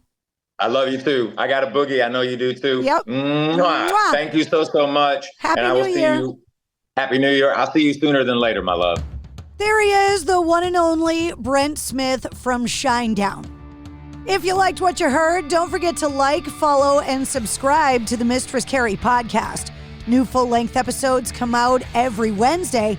Plus, every weekday, you get the sit rep. All of your rock news, music headlines, and entertainment updates in about 5 minutes. And you never know when we're going to release a bonus episode. You can join me live on my official Facebook page every Tuesday night at 8:30 Eastern for my video show, Cocktails in the War Room. And of course, you can always find me on the radio. Get the details on all that and more at MistressCarrie.com. The Mistress Carrie podcast is a proud member of the Pantheon Podcast Network. Okay, now it's time to start listening to the archives. Now, I'll tell you that you are going to hear music behind all of the audio. It's called a music bed. We used them in radio back then. Nothing I can do about it. This audio is raw, has not been heard in 20 years, and let's just say that we would never get away with what we got away with 20 years ago today. We were all very different people, and the world was a very different place. These are the on-air breaks with the commercials and the music removed, and of course, the acoustic performances removed for copyright reasons. This is the audio from January 20th, 2004. Where are these boys? I can't get your mics to work. All I have is this weird noise. Wee. Do you hear that? Wee. Are you there? No. Probably not. There you are. Am I in an echo? Yeah. Check it out. Oh, that was bad. Well, Shinedown's in the studio, but I can't talk to them. Can I? Hello? Mic check. Hello. There you are. Hi. Hi. Mine works. Does yours work? Mine works. Mine does not. Hello. Can we do a mic check? Mic check. Check. Mine on. There you are. All right, I'm not going to hit you with the feedback anymore. Come on. Let me have it. The engineers in the other room are apologizing. Sorry that we just made you deaf. There's no apologizing, Ron. Way to go. Welcome back to Boston. I'm sorry it's not warmer. It's all good. It's been cold for the last 4 weeks. Every time you guys are here, it's the coldest weather, it's pouring rain, or something awful. Shinedown brings bad weather to us. How we do it. It's rain down. It started like that, actually, but then it got better, so. Last time you guys were here was Local Bazooka, and even though it rained, everybody seemed to have a really good time, so you guys recovered nicely. Yeah. Last time we saw you were in a calendar. Yeah, I'm still in that same calendar. Did you guys get one when you were at Local Bazooka? Did they give you one? No, we weren't cool enough. We'll make sure that we hook you up with some Mantown calendars today before you leave. It's like the parting gift now. Something for the bunk sock. Yeah, exactly. Keeps us warm at night. Keeps me warm. There are certain things, constants in rock and roll. The bunk sock. Yes. Yep. The no number 2 in the toilet on the bus. True. That's it. They do have choppers now, though. They have what? You can grind buses that have stuff grinders. up. Grinders. That's what it's called. Grinders. Grinder. Like hoagies and grinders. Steak and hoagies cheese grinder. Oh no. It's like a garbage disposal for the toilet? Oh, yeah. yeah. Just grinds it up. You can even puke in them now. It's great. So do you guys do that on your bus? We don't have a grinder. We go to Three Doors bus, and I puke in there. Do quite they have a often. grinder in their bus? Oh yeah. Oh yeah. We have grinder parties, actually. See how Try to save it up all day. we try to we just eat we complete throw up. gluttony and then just drink as much Grey Goose What as did possible. they call those? The vomitoriums back in the day or something like that? That's it. Vomitorium. So how long have you been out on the road with Three Doors Down? Since you were here for Local Bazooka? Since July. Yeah. 7 months. So on and off, basically, About since... 6 or 7 months. No, it's not really been on and off. It's been solid from July. So why wasn't on. Three Doors Down at Local Bazooka? You have to ask them that. I'm gonna. Well, you should. What the hell is up with that crap? I know they would have played it. So you guys were only supposed to play a month with them, right? And they Yeah. extended your tour of duty? Mm-hmm. Yeah. I mean, mainly just because We get along. Yeah, pretty much. I mean, it might be a Southern thing, but I think it might be. yeah. I mean, we just get along. You guys can just make fun of all the other accents together. Come on. No, I think they know that we don't want anything from them. We don't bug them or anything. We're just like anybody else, you know? So they just keep asking us to come out, and it's hard. How has the tour been going with Tantric? Because those guys are coming in later on today, so you have an opportunity to talk crap about them if you want. No, they're Nah, good great. guys. They're awesome. Some of the sickest harmonies you'll ever hear live. Really? Yeah. 3-part For real. harmonies are Because the show is sold out Good. to the walls. I mean, you Awesome. cannot get a ticket to go to the show tonight at the That'd be Orpheum. fun. However, we are going to give some tickets away today. You should. But I guess you guys are playing tomorrow night up in Manchester as well. Mm-hmm. That's what And I think there might still be some tickets available for that one. So you want to do some investigating and see if you really want to go see Three Doors Down and Tantric and Shinedown, you can go and check it out tomorrow. What are you jamming over there? I'm just playing. It's some diddling. He's a noodler. mood music. I'm a It's noodler. a noodler? Yeah. He's a doodler. Are you one of those Remember guitar players? the first time we were here? Yeah. When Zach was here before us? Yeah. He was doodling. It's all he does That's all is he does is doodle. doodle. It's hard not Constantly. to. I have it in my hand. I'm not supposed to play with it. No, hey. Hey. You know what? Touche. That's one for another Jasin. thing. I mean, Constant come in on. rock and roll. There's That's another it. one. If it's in your hand, you're allowed to play with it. Point it. Jason. What was the first riff that you ever learned how to play when you learned how to play guitar? Was it Smoke on the Water? No, it was something by Black Sabbath. Probably like Master of Puppets. How old are you? Like 8 and you're learning Sabbath tunes? something like that. Sabbath Bloody Sabbath or something. How old were you when you started playing guitar? Probably like 11, something like that. Because that was one of the things the last time you guys were here was we really didn't go into your childhood very much. Scary. It's a dark place. Scary. No, but one of the things that I'm finding very interesting, because all of the Damage Plan guys were here yesterday, was to find out that Vinnie Paul used to be an assistant shift manager at McDonald's. So what was your first jobs? Did you guys have like really bizarre first jobs? Car wash. You worked at a car wash? Mm-hmm. Through high school. What did I do? The first job I ever had, I was like bagging groceries or something. I was like 14 or something. Yeah, when you're almost working illegally, violating the child labor laws, and you're like, I had to work. You just got your working permit, I needed some money. I cut lawns. For how long? Every year for years. Still cutting Hey, lawns. I have my degree. I'm good. Did you go to college? Absolutely. What did you get your degree in? I can't see you over there. Anthropology. I'm hiding behind Brad. Hold on. You have an anthropology degree and you're the drummer of Shinedown? Are you True. kidding me? No, and I worked as a biologist for Florida for a while before this band. You did? I did. Doing what? He's the smart one. Cleaning lakes. We're intelligent. That was my job. You don't get it. Whoa, not now. just Barry. It's Brad. It's not too. just me, Brad. Yeah. Mr. Me and Brent Chemist are the for dumb Bacardi. ones. I got a Heineken. Yeah, it's a Heineken liquid lunch. I'll hook you up with a keg can. If you ask me for a beer, I'll give you a beer. At the back. I tend by. That's what I do. So hold on a minute. I make the best drinks, Jason. That's for you, Susan. You gotta understand, we're not totally not. We love Boston accent. That is like. Every time It's you a guys best are part. here, you have to do it. And we're probably crappy at it. But Yeah. everybody's like listening, going, man, who the? Even people that are from here that have trained to get rid of their accent, like Matt Damon and Ben Affleck, when they come back to try and have one, they can't. Wow. It's a tough. You either accent, have though. it or you don't. Yeah, but it's a tough accent. I mean, the long it's A's. I think it's Weird. a great. Hey accent. man, you should come Hey, hang man. out with us, man. Yeah. Hey Jason, you wanna go get sideways? Sideways, man.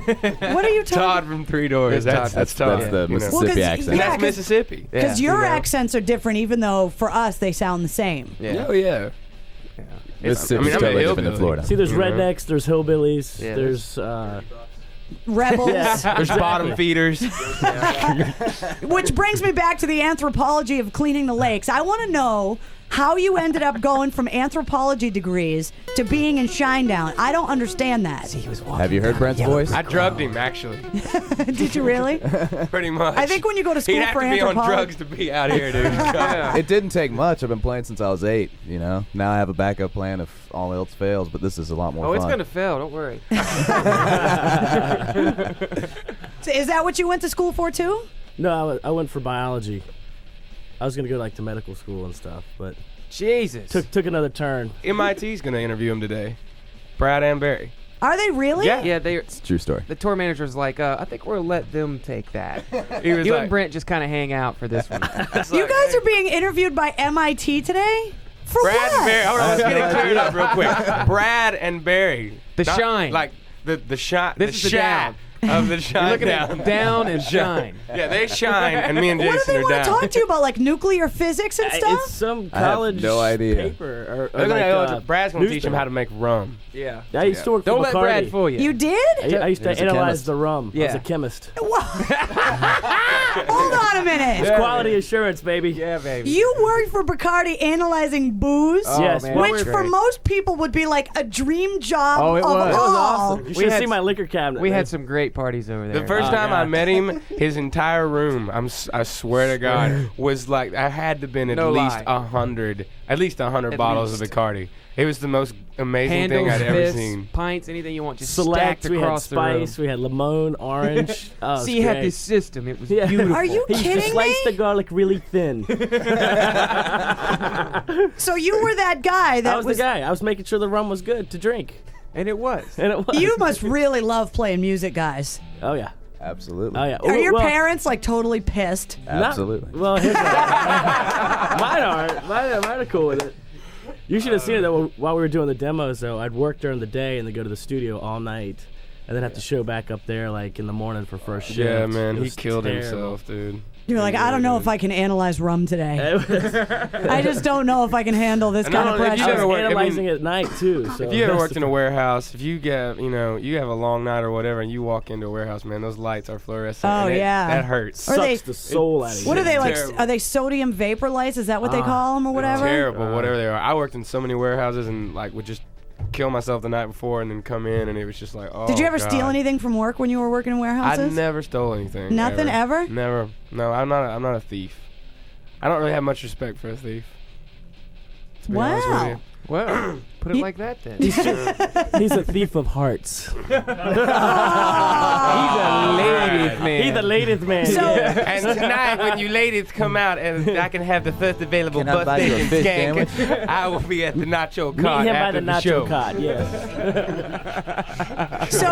So who is the biggest pussy magnet of the band? Oh! Who is it? Who's going to cop up to it? Oh. I think we're all going to plead the fifth. Yeah. And the 6th, and the 7th, and the 12th, and the 43rd. As however many numbers will go up. The 10 Commandments are broken about every hour on our bus. You need to realize that. You need to realize that it's very easy for people to tell us all about the things that you do when you don't even think we're watching, because all they have to do is call the request line and girls talk. So you might as well cop up to it now, because I'm going to hear about it later. Oh, Lord. We're going to leave early tonight. So you can get up early for church tomorrow. Oh, yeah. Oh, yeah. I'm there every Sunday. Well, are you guys going to hang out for a while? Oh, we're hanging. We're here till you make us All right. leave. Well, alrighty then. See you later. Get us out. Love and happiness. Give Big Purple. Come Thanks on. for the song. All right, I want to give you guys a chance to get warmed up and everything, because we're going to have you guys play in the studio again, and some of our listeners just showed up, so we want to give away some tickets to the show tonight.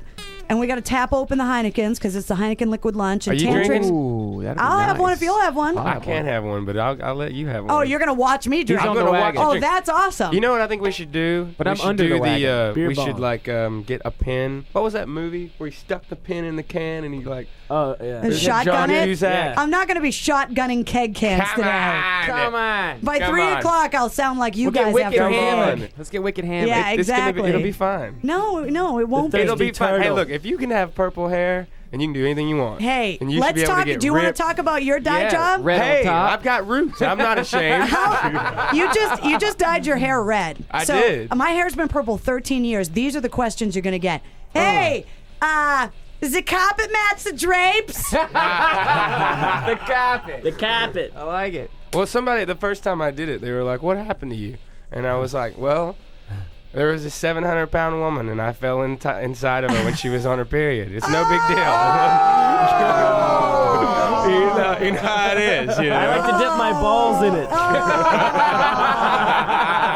All right, on that note, Shinedown in the AAF studio. We'll be back with an acoustic performance. That's Shinedown. Have you guys heard that song on the radio yet? No, it's the Is first that the time. first time?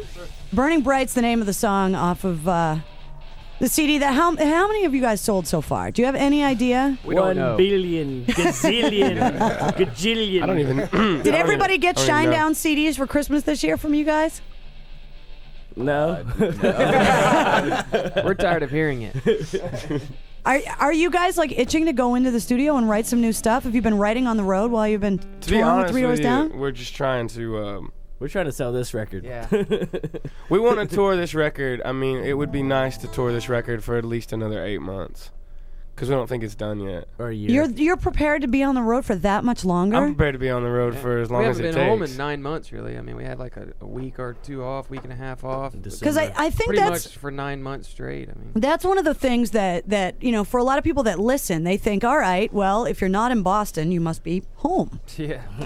Imagine that. And what a lot of people don't realize when you hear a band talking about how hard it is to be on the road, when you watch the Bon Jovi Wanted Dead or Alive video, and John Bon Jovi's all, "Ooh," people don't realize that you guys are really gone for months and months and months on end. Yeah. And even though you don't leave the United States, it doesn't mean that you're anywhere near home Not yet, anyway. It's your job, you know. friend. It's like, Come you on know, we now. happen to have a job that we love, you know. I mean, it does get hard sometimes, but shit, I mean, you're out here doing this. I mean, Jason. sorry. So, have you been? Take back the point. Have you been any place else that you really loved? Like, if you had to move away from home and you had to move anywhere. Boston. Nice cover answer. Such a kiss ass. No, but seriously, was there somewhere else that you just went and you were like, wow, I love this place? Because you guys hate the cold. I don't think it's that we hate the cold. dress for it. You just dress for it. You know what I mean? I'd say New Orleans, New York, Memphis. There's some great devil cities. lives in New Orleans. I don't The think I devil could live does there. live there. That's why I like it. Well, the devil vacations in Vegas then. Well, yeah. I'm not much of a Vegas guy. You don't like Vegas? Do you play poker at all? Nothing Yeah, but like they that? just take my money. They just take your money every man. time. So you're not very good then. If you don't Well, go no, in there I'm with good. some, you got. I mean, they got tables where. I mean, the first time I'd ever been was we went and like we were there. I'm walking through like I don't know where I was, but it's where they filmed Ocean's 11. Yeah. And I'm walking through there, and it's like there's tables where you can't even sit down unless you lay down 10 grand. Yeah. I'm like, Yeah. I got to get out of here. I don't know what this is, man. It's Where's totally my different credit thing. card and how much trouble can I get myself in an hour? Big time. You see a lot of broken people. You see some serious broken people. The thing is, though, the game about Vegas is that if you don't gamble, it's actually a really great place to vacation because everything else is pretty inexpensive. All the shows and stuff. Oh, yeah. And Oh, yeah. Between the food and the booze, and they got great strip joints, and you can go to the Bunny Ranch. I mean, there's things to do. Oh yeah. Terry Weigel owns that. Who? Terry Weigel. Porn star. Oh yeah. Well, is that the porn? Old school porn star. Is that the porn star of choice on the bus? No. What do you got on the bus that you're looking at? That's old timey. That's old timey. What do you got as far as porn and bad movies that's on like the bus? before they invented a razor. Brent Or a machete. Brent has a box of like 30 in the back. Give her some. Well, titles. Marcus left it in freaking Jacksonville, though. You left your porn behind in I didn't Jacksonville? leave it. Marcus left. That sounds like a song. I found a couple back there late one night. Well, that happens. When I was doing nothing, I was just me kinda and my sock. Cleaning up the back lounge. Right. I mean, it depends on Across like a if you want couple. like classy porn or if you want just like Well, down no, and I out. want to know what you guys have on the bus. Anything by Vivid. usually Anything pretty by Vivid is good, but I mean, there's like I don't know. We got a couple that are just like 5 hours long with just the most ridiculous stuff on it. I mean, it just depends on whatever mood you're in. I was at a party at a friend of mine's house, and everybody was cocked, and he pulled out the porn of the two chicks on the dog from Denmark. Oh, God. So they're not speaking English at all, but you don't really need them to talk when they're, doing the dog. Yeah, and you're just going, seriously? That's Like, not it was like watching Fear Factor. You're going, I really think I'm going to be sick. Yeah, that's what I call doggy style. Baby, Yeah, right? that was pretty nasty. What about like regular movies, like just movies that you love that you have? Goodfellas is definitely a bus favorite. I'd never seen a recurrent lately. Yeah. I'd never seen American History X, and that Edward pretty much- Norton is a badass in that movie. put me in That's a a freaky in a movie. different perspective. But actually, when we were the other day, one of the guys from our management company, Blue Crush, came in. And he had this movie. What was it called? Baraka. There's no dialogue whatsoever to it, and it's just Documentary places around the world, and it's set to music, and it's about. I mean, it's just life. He went all around the world, and he Really? just shoots Some of the most this beautiful stuff. shots It's ever. not camera, it's not like pictures. It's like actual like Sequences. yeah, and sequences. Like footage. But It's I mean, awesome. it goes into like the most beautiful areas, and like the culture is in different tribes and things like that. Then it comes back to America, and it goes this in different places. But then Are you high when you watch this film? We were. Yes, there were some brownies. there were some brownies involved. All right, I just want to make sure. But I mean, We're watching a 3-hour movie with no words, dude. Man, it's great. Then we're gonna watch Fantasia. some of these tribes though, man, were crazy, dude. That one, man, where they I couldn't explain it to you. It's so incredible. But Back I mean, to it porn. really messed it. It's only an hour and 30 pretty minutes. wild. Have you ever watched The Wizard of Oz with Dark Side of the Moon playing at the same time? Dude, that's awesome. Now everybody thinks we're a bunch of stoners. And and your point is we're a bunch of drunks. right. You're all wrong. You can we're a never- bunch of cokeheads. Hey, you just said you don't have any money. So Exactly. That's why. What are you talking about? I just stuck it in my vein. I'm just kidding. Well, I want to get you guys to play a couple songs while you're here, because whenever you guys are here, and by the way, you were voted one of the best acoustic performances of the year last year. Thank you. However, awesome. Black Label Society did kind of take you. Well, hell's bells. Exactly. I mean, We were number 2 though, right? yeah, I think so. Kind of hard to jump over to man. Yeah. Guess, You can't that's pretty bitch. good though. Yeah. Come on. But so every time when you guys come to town, you have to bring your acoustics with you. Do you guys do a lot of acoustic stuff on the tour with Three Doors Down? yeah. A lot of it. We're one of the. I mean, we don't ever say no to it because I mean. No, I mean on stage during the performance. No. Never. We only get 6 or 7 songs, so Yeah, so we try to rock it. we I try think to just New rock Year's it as we hard did as one. possible. But you carry them with you just in case. Well, I mean, when we They're in do, the bus, yeah. we'll have like sometimes we'll do after parties and stuff like that. After the shows, we'll go to like a local How much bar. does it cost to hire you guys out to do like bar mitzvahs and stuff? It's Shinedown. Everything's free. We're cheap. Yeah, we're whores. Just bend over and grab our ankles. Just a little coke, I guess, right? And some weird ass movies. Give us $100,000, we'll come do your bar mitzvah. We'll do it with bells on. All right, so what do you more guys? calendars. What are you guys gonna? Yeah, we hooked you up with the Mantown calendars. What do you think? Beautiful. Now there's only one of them open. I wanted to see who your favorite girl was. And don't say me, because That's easy. Shut up.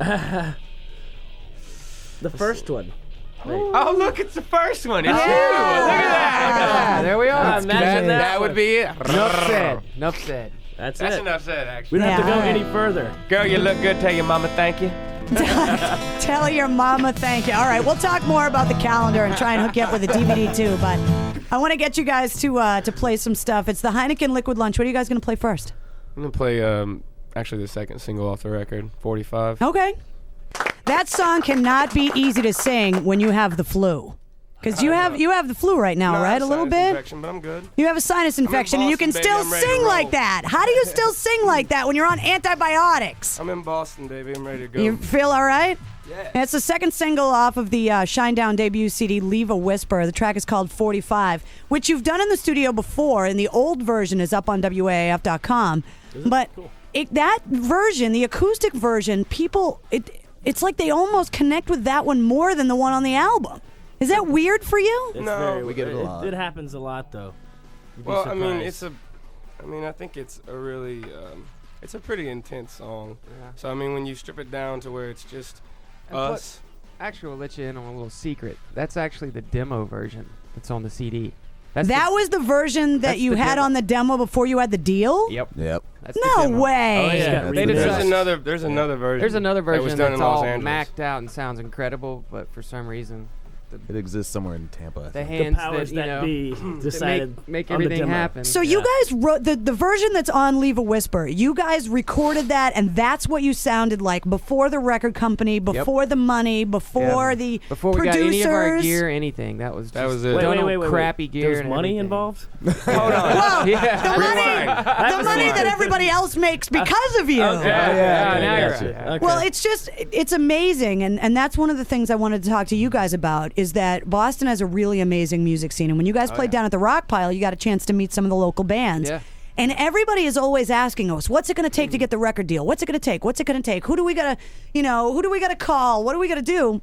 And you guys just proved that the song has got to be there because Yeah, I'm amazed to know that song was on your demo. It's all about the It song. sounds like a demo too. I mean, the heart's there, and the song is there, the melody's there, but we recorded it the right way. So how old is that song? It's about Couple 2.5 years. old. Yeah, and I'll let you know another secret. That when I sang the song, like when I recorded it or whatever, and did the vocal tracks, that version is I was in a garage with a big spotlight on me Yeah. and the smell of Sweating his gasoline, balls sweating off. I mean, sweating my ass off because it was in Florida and it was so hot outside and it was at Sanford. 3 o'clock in the morning and it took 2 hours to get it all.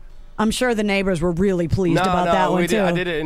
They didn't care because it was. It was like a studio house. Yeah, we it was did like a in. studio house, but I mean, it was in the garage because the guy just loved the ambience of the way the garage sounded. So he just stuck everybody out there, and you just did the vocals out there. But there was a lot of. I mean, I broke down after I was done with it. I mean, pretty You much can right tell there. just from watching you Yeah. sing it, because the one fortunate thing about being in the AF studio when you guys play acoustic is that you're really up close. Like at the Orpheum, you can get good seats and be kind of close, but when you're sitting 3 feet from somebody that's singing the song, I mean, you can see the toll that it takes in your face when you're trying to belt out some of those notes, and you never even open your eyes when you sing the song, so you can totally tell that. Yeah, I very rarely open my eyes. Well, I mean, we all are like that though. I mean, every time we play any song, it's not just that one. It's about being blessed and being honored to be a musician and play for people and be able to be an artist. Yeah, feeling that's all that matters. I mean, it really does. And to be able to go out and play for people, that's the most incredible feeling in the world. I want to give you a big hug right now.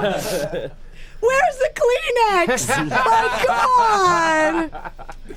No, I'm not trying to make fun. No, it's true. It's actually really cool to hear you be. It's cool. Dude, no, it's really cool to hear you be so heartfelt about what you do because I don't have it's that kind of industry where you're either on crib showing off your bling bling or you become really jaded about the whole process of it. We have like crib minus. Yeah, when we roll up, they play the theme from Sanford and Son. Here comes Shinedown. It's not what people think. They roll it up. It's like you're not instantly rich. You know, it's like you think you signed this deal and it was great. I've been waiting 8 or 10 years to do this, Then you get it and they're really. Then you realize that you haven't really started working yet. Yeah. Well, you guys are gonna stay, right? Because we want to get you to play some more. As you want. All right, Shinedown gonna stay in the AAF studio, so keep it here. Now, you guys got to get the tight pants like that, so that you can hit the high notes like Robert Plant did. You just got to get the tight pants. Well, you know how it is. Sometimes. Man, that guy though, dude, that's a rock star. I don't know if I could put in. Yeah, I don't know if I could put some leathers on. I wear jeans, dude. I wear jeans. I don't know. Yeah, but back in the day, that's back in the day, that's what it was all about back then. I'm gonna get a corset and a cat suit so I can go on tour with the Darkness, and then I'll be in there. You can borrow Marilyn Manson's, but that comes with fake boobs. Well, which you could still be in the darkness. That might work too. Well, we got Shinedown in the studio. You guys are.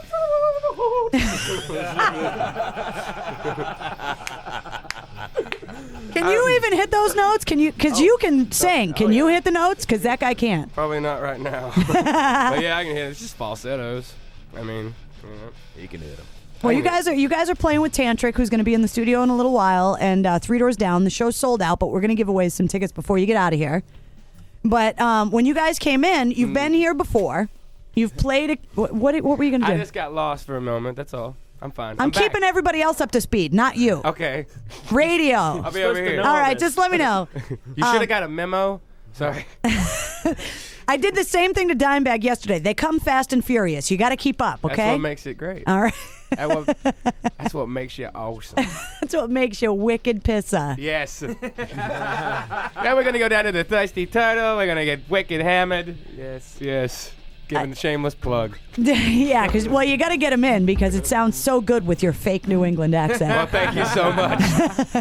But we're going to give away some tickets before you guys get out of here. Hey, Mistress Carrie, you want to go get sideways? Hi, man. Smoke this thing with me, man. I love the fact that you guys are rednecks and you're making fun of Three Doors Down for being rednecks. No, we're not making fun of them. We love those guys. Those are my brothers, man. They're awesome. Well, you guys have played in the studio before, and everybody loves the acoustic stuff that you guys do. And since you guys were here last, a lot of the bands that have come up to play acoustic have busted out some really obscure cover tunes. Like El Nino did it last, and they played. We have one called Trainwreck. and we just figured it out. And they played Ordinary Love by Sade. Wow. Which was a little bizarre to hear that, but it was all right. It was cool. So Why did they play Smooth Operator? Well, Smooth Operator. You should have done that. But, that's cool. Whatever. I don't know why. They came in and I said, do you guys know any other songs besides yours? And they're like, well, we have one specially done for you. Oh, man. Well, we didn't know that you wanted that. Well, no. I just was curious because you guys are musicians and you carry acoustics around with you. I wasn't sure if you guys just like to jam out on some other stuff. Not on stage, per se, but just to play for fun. We usually don't. We don't really do any covers, actually. But apparently we're going to do one right now. Yes, you are. Well, I asked you if you've ever done other songs on stage before. Have you done the karaoke? Do you enjoy the karaoke? I did karaoke, back in my hometown. When I was, there was this, dive bar that I used to do it in. Karaoke is in all dive bars that it is given information that doesn't have to be stated. No, I mean, it was a rough part of town, but I'd go there, every Friday night. A rough part of town with a karaoke bar? Okay, I'm going to shut up now. I'm going to quit everything. I'm done. Let's just get to the song. How about that? Remember, the song's called Trainwreck, okay? It's not called All in the Suit That You Wear. I just want to know how you're a badass walking in on the wrong side of the tracks in a town to go sing karaoke. That's all I'm trying to figure out. I'm not a badass, though. But you said the bar was in a seedy part of town. Because I could go there on Friday nights, and if I sang, they would buy me beer. I didn't have to pay for nothing. As long as I sang most of the songs they wanted, they would buy me beer. All right. So what have you done karaoke style? I done what's your forte? They always used to make me do "Patience" by Guns N' Roses, all the time. You could probably do Guns N' Roses pretty well, I would think. Actually, probably better than Axl can now. When I was 14, oh man, we missed that. Man, I missed that guy, dude. I wish he'd do something. Well, he did, I know, and we said no. Yeah, I know. But no, when I was 14 years old, Appetite for Destruction, I would lock myself in a room and make myself hit every note. So it's an amazing album. It's still to this day, it's amazing. One of the most legendary records ever recorded. Classic. Awesome. So you've done the Guns N' Roses karaoke with the cheesy music in the background too, with the karaoke yeah. Well, I mean, they just had the music with. I mean, no, it was the actual music from the recording. They just took his vocal out. Oh, okay. So they can. I think they license that stuff, so it still counts as they still get their publishing or whatever. Well, from of course. Every time it's played. Axl needs to pay for the weave. Oh God. He needs the money to pay for the weave. Everybody got grab your shovel. So does Stone Temple Pilots, do they get publishing for a Trainwreck that you're gonna try? I don't know how this works. Are they gonna get publishing for that? Well, we sure as hell ain't getting it. Well, I asked you guys. I don't want anybody to think that I'm making you do this, but I. No. She's making us do it. You should think that. That's the reality. But that's the reality. I asked her. Don't sugarcoat this. Don't. Her name is Mistress Carrie. She's got her whip out. I asked if you guys have ever played someone else's music live ever. Right. And you said that you've only done it a couple times, but that you've done the song before. Mm-hmm. And I asked if you would do it, and you said, I don't know the words, so I printed them out for you. Well, you did. So now will you do it? Yeah, so, yeah. You're going to try it? Do what? No, you can't get out of this. Come on, dude. Okay. Well, it's not your song, so the degree of difficulty is raised significantly. And if you don't want to do it, you just stop and laugh. No. It's not like we're going to put it on a constant loop on the website so that people can constantly hear you F up. Yeah, you are. Yeah, you are, because you wouldn't have gone through that entire spiel just then if you weren't going to do that. You don't even know me. What are you talking about? And then. And then. No. No and then. And then. So yeah, you're gonna try it. We're gonna train wreck. Here we go. Hey, wait a minute. Last time we were in here, it was who was it? Come on, Anthrax, and you said they did. Remember that? Yeah, Anthrax played acoustic. Here and did all this crazy stuff. And they did, and they didn't even have acoustics with them on tour. We had to rent them for them. They had no prep. Okay, here's Shinedown. So it can't be worse than Anthrax. Here we go. Here's Shinedown and Trainwreck. All right, 1, 2, 3, 4. Hey you! Someone said you were lost out there in the crib. No, this is terrible. No, that's awful, dude. How do you? No, it ain't gonna happen, dude. That is awful. I do it by myself. But it's great when you guys come in because your song sounds so good. It's nice to hear you F up every once in a while. You wanna do that? Yes, do it. Let's do it. Come on, Jason. You want to just do it together? Yeah, man. I mean, if you want to do it, we'll do it. I don't care. You guys can't even agree on whether or not you're looking at me with the fear of God. I gotta remember those lyrics too. Let's blame it on that. We'll blame it on that. That would be much better. What? Because you just woke up? No, the song's just it's a good song. And you don't want to screw it up.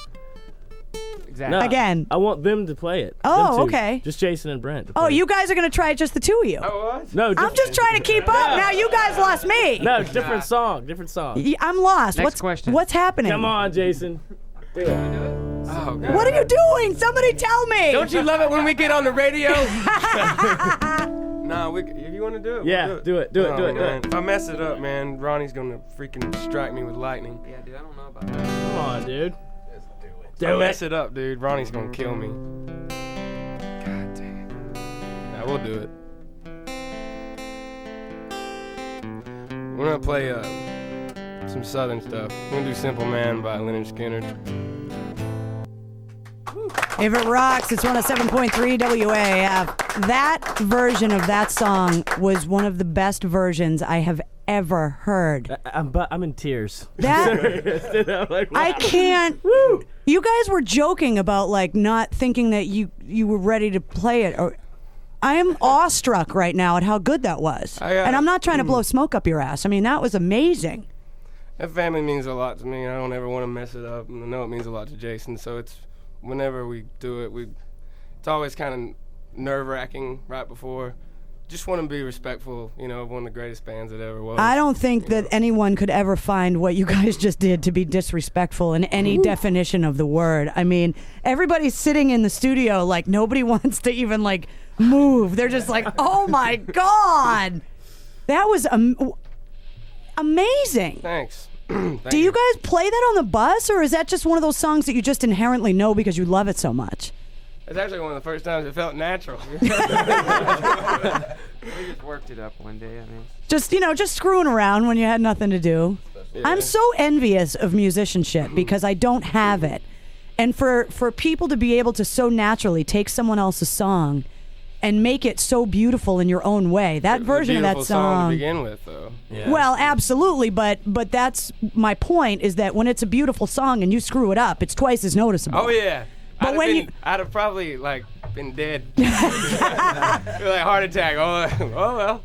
Wow, that was just unbelievable. Shinedown here in the AAF studio. Leave a Whisper is the CD. They're opening up for 3 Doors Down. We should probably give some tickets away. I think you should. All right, so we're gonna put our brains together. We're gonna come up with some good questions to give away some tickets to the 3 Doors Down show tonight, and we will be back with more. I need a minute just to absorb everything. We'll be back with more after this. Phone lines ringing off the hook, guys, about the amazing in-studio acoustic performance today. Just unbelievable. Shinedown in the studio. That was amazing. And we did it right here in Boston. Thank First you. time we ever That's done it the on first air. time you've ever done that? First time we ever yeah. did it. Yep. Did it right here. awesome. See, and you Couldn't thought pick a better place. That's right. You guys thought I was crazy trying to needle you to get you to do it, and it was beautiful. Thanks. So we want to give some. Okay. Everybody's like That'd be exhausted. great. You have Yes. that like after I'm sex drained. thing where I'm you can't spent. even move. That's it. Exactly. I got nothing left. I'm done. I've got nothing left. And I'm spent. It's a good thing you don't have a show to play tonight. You know. Oh yeah. We want to give away. I told you there'd be moist panties, and that lady did And call. she did call, and she's like, "I'm wet." Can you do that again? told you, man. Do Do that that again. again. Just do like a, Do that again. It's like, "I'm wet." Thank you. You got to get the head shake in there when you do it. Thank you. Thank you. So we want to give away a pair of tickets to the show, 617-931-1AF. But the question is, the two smart bunny quote ears members of Shinedown that went to college have degrees in what two fields that have absolutely nothing to do with rock and roll? So I want to know, because we said it earlier, we want to know what their degrees are in, 617-931-1AF. And if you could tell us that, then we'll hook you up with a pair of tickets for the show. What time are you guys going on? Are you going on first? I want to make sure that people get there early to be able to see you. 7:30. We take the stage at 7:30. And then And they Tantra only goes give us on 30 after. minutes. So you got to get there. Better Will, get will your they give you ass here 35 for you guys to do Then that we're song going on tonight? at 7:25. They'll give us a We'll go on yeah. early. We'll go on about 5 minutes early, 25. maybe. We'll do Simple Man for everybody tonight. Really? Yeah, we'll do it for everyone tonight. We usually don't do it, but we'll do it tonight. Nice. Nice, Nice. Marky. All right, 617-931-1AF. We want to get a winner for that. And I was gonna have you guys play another song, but you guys are all spent. So should we just play the album version? It's hard to top that. Yeah, play an album. Let's play the album version of the song that everybody knows you for, just in case for some reason you just tuned in and you're like, oh my God, who was that amazing band? You know them from this song, Fly From the Inside, Shinedown. We'll get a winner for the tickets coming up next. If it rocks, it's AAF. That's the first single off Leave a Whisper, the debut CD from Shinedown, who is still here in the AAF studio. But I know you guys got to go because thank God you're going to take a shower. You're kicking us out. I don't know. I don't think there's one. I'm not kicking you out, but stay here all day. When you're Shinedown, you don't get showers in your mouth, so. but you have things to do because you're going on first at the Orpheum tonight. Oh, yes. But we had some tickets that we wanted to give away. And you gave it away? So, well, we got to get a winner right now. Hey! Is it political science? No, definitely not. AAF. Hello? Yeah. Hey, what's going on, Carrie? What's the answer to the question? It is biology and anthropology. Nice! Yeah, see that? Somebody was paying attention. That's it. Nicely done. I'm going to hook you up with a pair of tickets to the sold-out show tonight. You got to get there by 7:30 so you can make sure you see Shinedown, all right? I'll be there. All right, all you got to do is tell me if it rocks it too. Yeah. You guys didn't think we were going to get a winner for that. You didn't think somebody was going to remember. No. Second call. That's pretty wild. We got one. That's it. Well, I think I speak for everybody when I say that you're always welcome here. You guys are so awesome, and you're the nicest guys, and every time you come here, it feels like you never left. We just want to say thanks to WAAF, though, man, for all the love that everybody you've in given Boston. this band. Everybody Great. in Boston rules. Thanks for all the support you guys give us here. It's almost like home. It is. Except we have different accents. Yeah, same thing. Well, it's a pleasure to come to such a killer town. Everybody here is awesome. Rock town, People are awesome. You know what's weird about Southern people is that they're always so genuine and nice, and people from the North always think you're full of crap when you're like that. Nah, because we're not used to people being genuinely nice. Well, so we're always like, listen to this guy blowing smoke, but you guys are really serious. In the South, it's more spread out, so we don't have to deal with each other as much. See, up here, y'all are all packed together, like on top of each other. So I'd be pissed off and mean too, man. You know, we got like land and, and space between the houses and stuff. We have cows. We have cows. We have cows and chickens and pigs and now stuff. the last time Seven Dust was here, which was just like a week ago, Clint and LeJean came Great up guys. and were telling us, do you like those guys too? They're awesome. They're nicest guys. And they have farms, and Clint was telling me that he has silky chickens on his farm. Do you guys have those where you live? No silky chickens. Rubber chickens. I kill stuff. I don't know. I had to go Jason's the online to hunter. see what a silky chicken looked like because I had no I don't idea. even know what the hell is a silky? It looks like it's It's got like an a hairless afro. cow.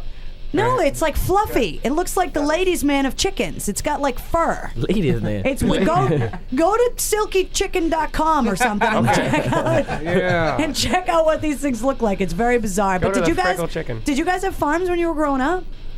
Jason lived in Lake City. Yeah, it's pretty like rural we out call there. it a farm, but it's not. There's not like cows and stuff. It's just like turkeys and birds that we kill. If you stuff have like that. stuff It's that a isn't a family dog or a farm. cat, it's a farm. As far as we're Well, concerned. I mean, we grow corn just to knock it down so the birds come in and we can shoot them. We're hunters. That's I mean, whoa. we just shoot stuff. Yeah. Do you have guns? Are you a gun guy? Oh yeah. What do you got? What do you got for guns? Man, we got all kind of just not like assault rifles and handguns, just hunting rifles. Tech like 9. 30-06, 30-30, 247, Double 223. He's just throwing out all the numbers, and I'm nodding, going, sure, all right, I know what you're Whatever talking you want, about. man. 12 That's gauge. another reason why we're so nice. It's because you have guns? Because we have guns. Next time you guys come to town, hopefully it'll be warm. You guys want to go to a shooting range maybe with some listeners? Absolutely. Yeah. Fire some machine guns and Yeah. That'd be a great win a gig. firing Grenade round with launchers. Shinedown. You want to do that? Yeah. Do it. All right. We shoot 45s. Hey! That's brilliant. The record guy just got a boner. He's like, wow, what a great idea. All right, we'll definitely do that the next time you guys come back around. But you have no idea when that's going to be. You're in town with Three Doors Down, and then you don't know what's going on for the rest of the summer? I think we're going to do a 2-month run with Tantric. So and that's hopefully going to come back up here. That's going to hit here, I think. It so is gonna hopefully come it'll back? be soon. At Probably least like close March. to It this could be area. within I the think month, March. a month or so. Yeah. All right, well, when you guys come back, we'll You'll get know. you some guns. We'll be here. Yeah, the record guy's like, I got a credit card. We'll definitely make it happen. We'll shoot stuff. Lou Rizzo. Ladies and Everybody, Lou Rizzo. gentlemen, Lou Rizzo. He's a regular guy. He's All a regular right. guy. Well, Thank you guys very much for coming up. Shinedown tonight Thank at you the very much. Orpheum. Leave a Whisper is the CD, and Tantric is on their way in. I told you it was going to be weird. That was Shinedown in the studio on January 20th, 2004, when they played Simple Man the first time on the air, and we recorded it. They played it that night at the Orpheum, opening up for Three Doors Down, and the place went crazy. And the phone lines rang constantly with people asking us to play Simple Man over and over. When the band came back to town on March 11th of 2004 on that tour with Tantric, they came back up in the studio to find out exactly how huge Simple Man had gotten. Here's the audio. Shinedown is back in the studio. What's up, guys? What up, what up, what up? What's happening? I'm so glad you guys came back to town so quickly. Thank you. We were just here yesterday or something, wasn't it? It feels like you guys might as well just be living here. When were we That's here? fine with us. Yeah. When were we here? 2 months ago? Not even. Not even 2 January, months. sometime. Like 4 weeks ago. If that. It was 3 days ago. We don't like being away from Boston for very long. Do you guys have any idea? Now, first of all, we got to get some serious business out of the way before we start talking about Simple Man. You didn't bring your guitars up. No. Because you've been having vocal issues. And I want to make sure, because everybody's calling that has tickets because the show's sold out tonight. Everybody that's in your car, in your home, at work, or whatever right now, I'm completely fine. So come to the show. You're going to be singing? Yeah, I'm fine. What happened? I got laryngitis. Just overuse. It was just too many shows in a row with just too much. Doesn't it make you feel like a total loser? Because this is one of the only. Yeah, it was horrible. Well, no, and I'm not saying it to harp on you because it's the same thing with being a DJ. Yeah. You can do your job if you're paralyzed from the neck down. Mm-hmm. It does. Like I can sit here and push buttons with a pencil stuck in my teeth. Right. But if I get laryngitis, I can't do my job. So even if you're feeling fantastic, but you just can't talk, that's got to be so frustrating for you. It was just weird. I mean, I'd never had anything like it happen before to begin with. The shows that we did were, the ones I had to cancel, unfortunately, were in Albany and Hartford, which we're going to go back and do those shows. Oh, you guys are going to reschedule Totally, them? Okay, totally. good. But we actually, we still went to the shows. We still were at the venues. We tried to coat his throat, but that didn't work. Yeah. Yeah. But I went It's not as bad once you get used to it. Well, I went on stage. Gentleman's relish. Yes. Bring him on. Come on. Give me more. I need it. Lay it on me. Come on. I need it. Give it to me. I need it in my life. A little drink for him. But yeah, I went on stage. Special Shinedown concoction. No, it's a cocktail. Concoction. Show him you should. Did you bring any of them, I didn't bring Brad? any. I'll bring some tonight. But yeah, I went on the stage right before Silvertide played, which is the first band that's playing tonight. They're awesome. Come check them out. Incredible. Probably like my favorite, the whole band's favorite band. Blow right you guys now. away. But yeah, I went on the stage, and said, I'm so sorry. I've never canceled a show in my life, and it was tough. Yeah, I mean, there's nothing that I can really say. I mean, is it embarrassing? Does it break my heart? Yeah, I mean, when Albany, I almost broke down. And no BS. I mean, it's But tough I'm sure to do there were that. girls there to console you and hug you back to No, health. I just went back on the bus and went to sleep. Is it true that you had to get, somebody called me and told me that you had to get shots or something Well, for I had to it? get three doctors, and I went to the emergency room. I went to and when we were in Cleveland, I went to an emergency room, and the doctor was like, well, I don't know what to do, and I was like, just give me a shot of cortisone because that's usually all it can help. But all it really does is just cover it up. But to get through the show, I did it, and then the next night was Detroit. And I was like on this steroid. It's called prednisone. It's just a really strong drug. Yeah, I was going to say, you look a little bulky. It looked Yeah, I like you know. put on some pounds and you've Probably. been lifting at the gym. Yeah. Back off, Arnold Schwarzenegger. But yeah, I mean, you just have to do those things to get through it. So. But then it finally was just gone. Yeah. Then the next day we hit Albany, and what was even weirder was I had a day off, but then it was like I went to go warm up, and it was pretty bad. It was terrifying actually. So I was just like, And you obviously want to make sure that your live show best represents the band. So you want it to be perfect. Well, not only that, but I didn't want to go in there. If I go in and I really blow it out, then, sometimes you can be out for 2 weeks. Right. Or do permanent damage to your voice. Yeah. But I mean, you know what? We're in Boston. We're going to come back and make up those shows. Even though we were dying to get to Boston, I won't lie. I wanted to make sure that I was in top form to be here. And I'm ready to go, and the band's ready, and we're going to give everybody a killer show tonight. I don't know if you guys are aware. I mean, obviously, because your record company, everybody kind of keeps you up to date on everything that's going on in all the cities and how after you come to town, everybody raves about the show. And when you guys were here, and there are hundreds of emails, you would not believe the feedback that we got after you guys played in the studio last. I've never seen anything like it. It was unbelievable. We weren't oblivious to it. We saw what was going on. Yeah. I mean, each week after it happened, we noticed that the sales in Boston just went through the roof. Yeah. As far as people going out and buying the record. We sold more records here than anywhere. Yeah, Any this other is city. this is the number one city. Yeah, you guys have given us so much And love. and It's I had to ridiculous. drag it out of you to play this song. Well, it's because it wasn't rehearsed. We didn't do it. You know, it's not. It's a Lynyrd Skynyrd By that time, it was only song, like you know? the, It's not the like second or third time we'd ever done yeah, it. I mean, period. I think it's just one of those things where you were doing bands were coming in doing like these obscure covers, and we did Trainwreck with STP. Yeah, and that was not good. That was scary. That was bad. We didn't make it through like 2 bars of that one. I think that's what made it special was the fact that I won't lie, I was terrified because You couldn't tell. I was though because I know Ronnie's looking down, and it's like don't mess up, boy. I'm coming for you. So it was and we have a lot of respect for that band. And that song, if you notice, like, do you guys watch NASCAR that they're using that song in all kinds of marketing and stuff? It was like beer. all of a sudden the song was like everywhere. Yeah.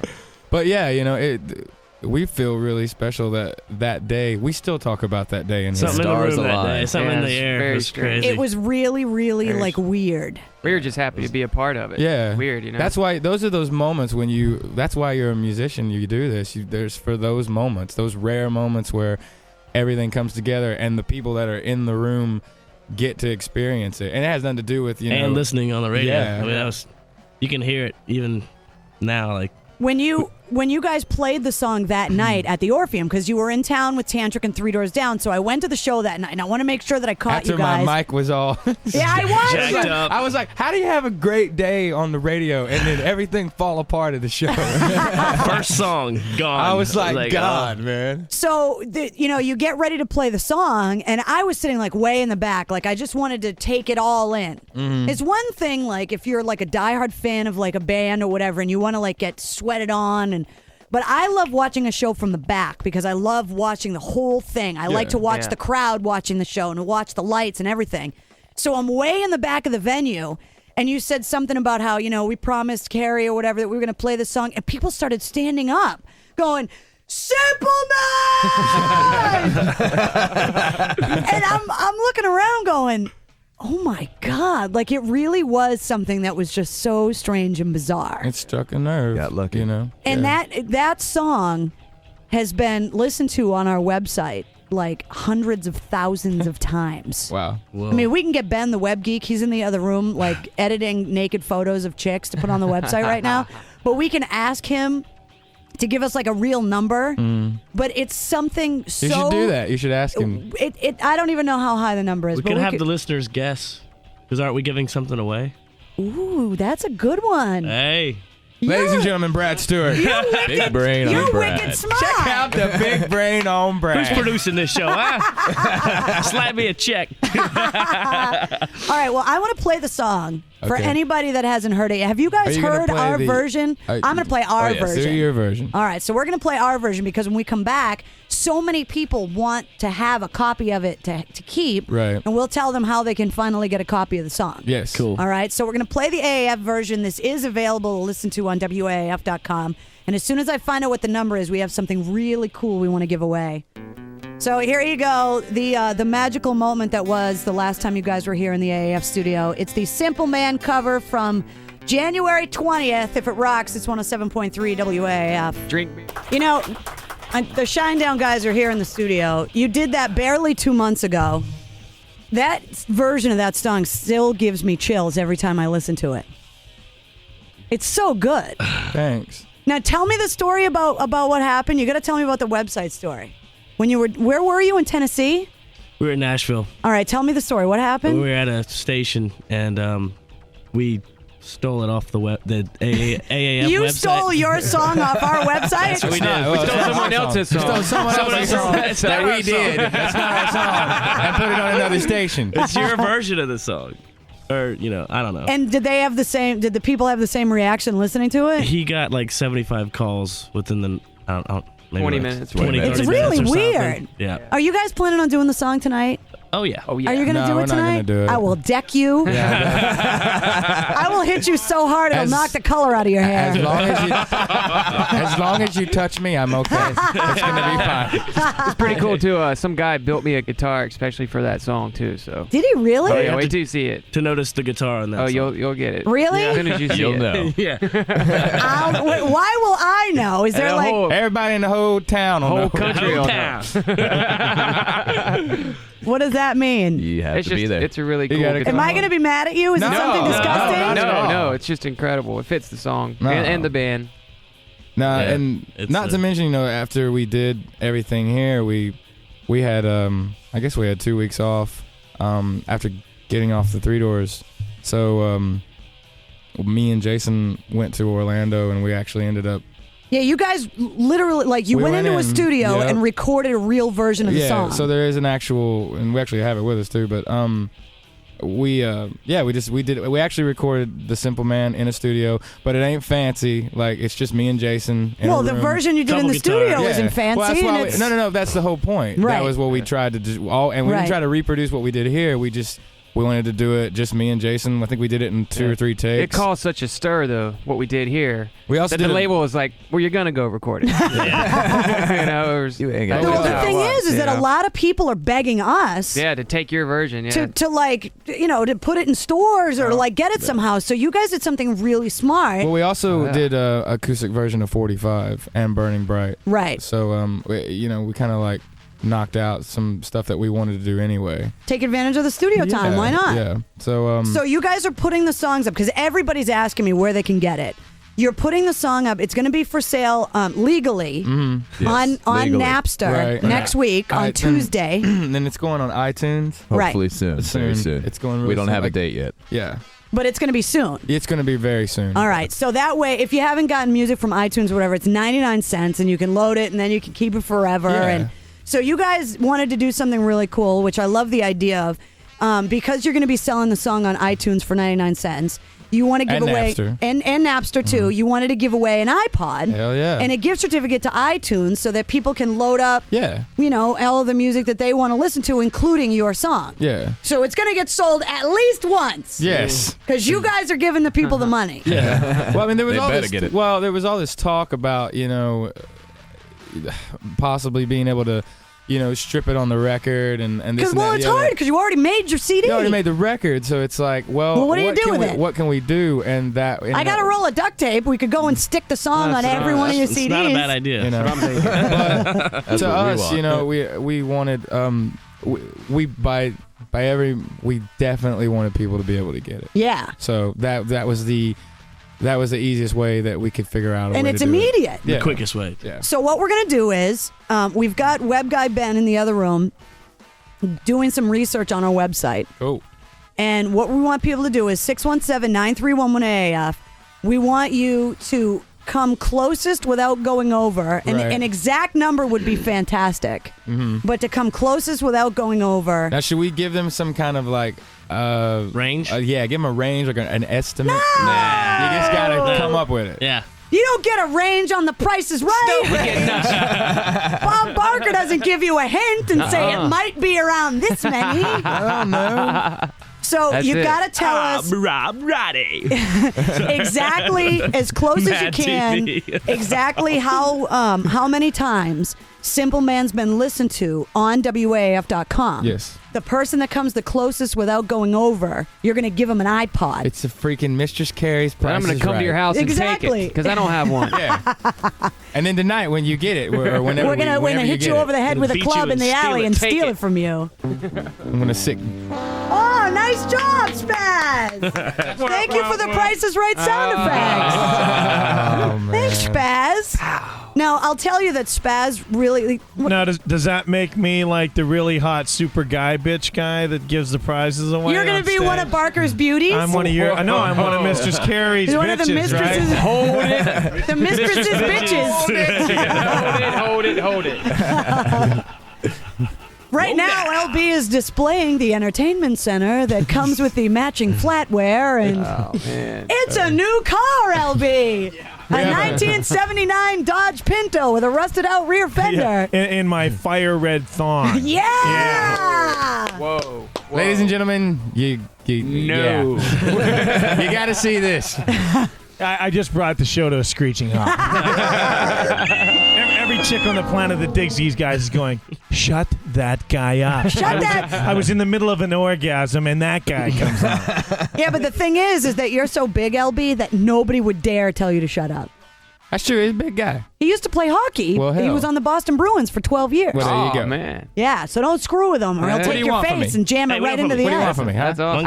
I can't do it. One goes Oh, left, one here you goes go right. with the accent. Nah, I mean, we were watching Goodfellas for too many nights in a row. One guy goes this way, one guy goes that way. It was his paw. do You you know, want his from me? hoof. His hoof. His hoof. He got stuck in the grill. That's it. Oh, God. All right, 617-931-1A. If you guys are going to hang Mirrors for a this while, kid, right? mirrors. I don't know if you know, but I don't shine shoes anymore. That's right. What's up, Spaz? I just wanted to say to these guys, because I heard them talking about, doing covers and stuff, and I just want to let you know, for someone like me, who I thought Lynyrd Skynyrd was a guy, I had no idea that it was a band. Right. He's not kidding. And I'm seriously not kidding. And for you guys to cover that song, that opens it up to so many other people like myself, because I never heard the song before, and I heard your guys' version of it, and I had to go and check out Lynyrd Skynyrd to see who they were and what their music was about too. Cool. So don't think that it's one of the greatest rock bands ever. Don't think that you guys rip their thing and no one cares. I think it's cool.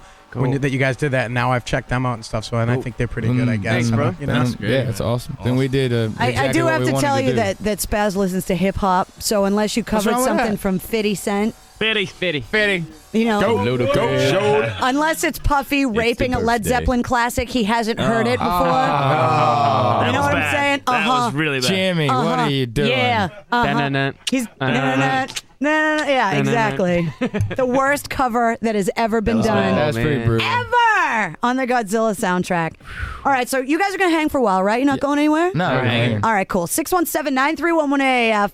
LB is now turning over the numbers like Vanna White, trying to figure out the closest without going over. Tell me how many times you guys have downloaded Simple Man and you win an iPod. That is the latest from the CD Leave a Whisper. And the band, of course, is Shinedown, who is back in the studio with us. Playing tonight with Tantric, sold out show. And Silvertide. Sold out show at the Paradise. Do you guys know what the set times are tonight? I'm pretty sure that it goes Silvertide.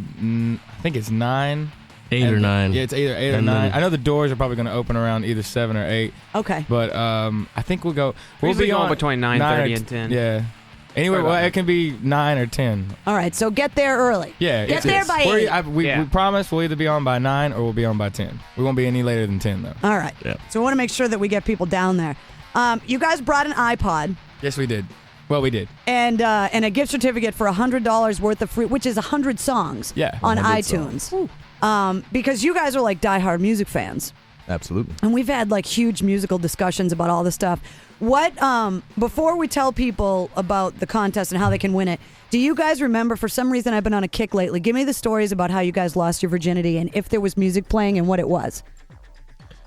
Because John from Low Pro was listening to the Scorpions in a cornfield in a Pinto. Really? So I was in a Caprice Classic in the back seat. There was no music happening. No music? No, it was just shocks going up and down. Was her name Kathy? I was making music with the shocks. What was her name? Her name was Rebecca. Rebecca. All right. She went by Sam. Really, really bad. Give me the story. I want to hear it. Oh man, I was what was it?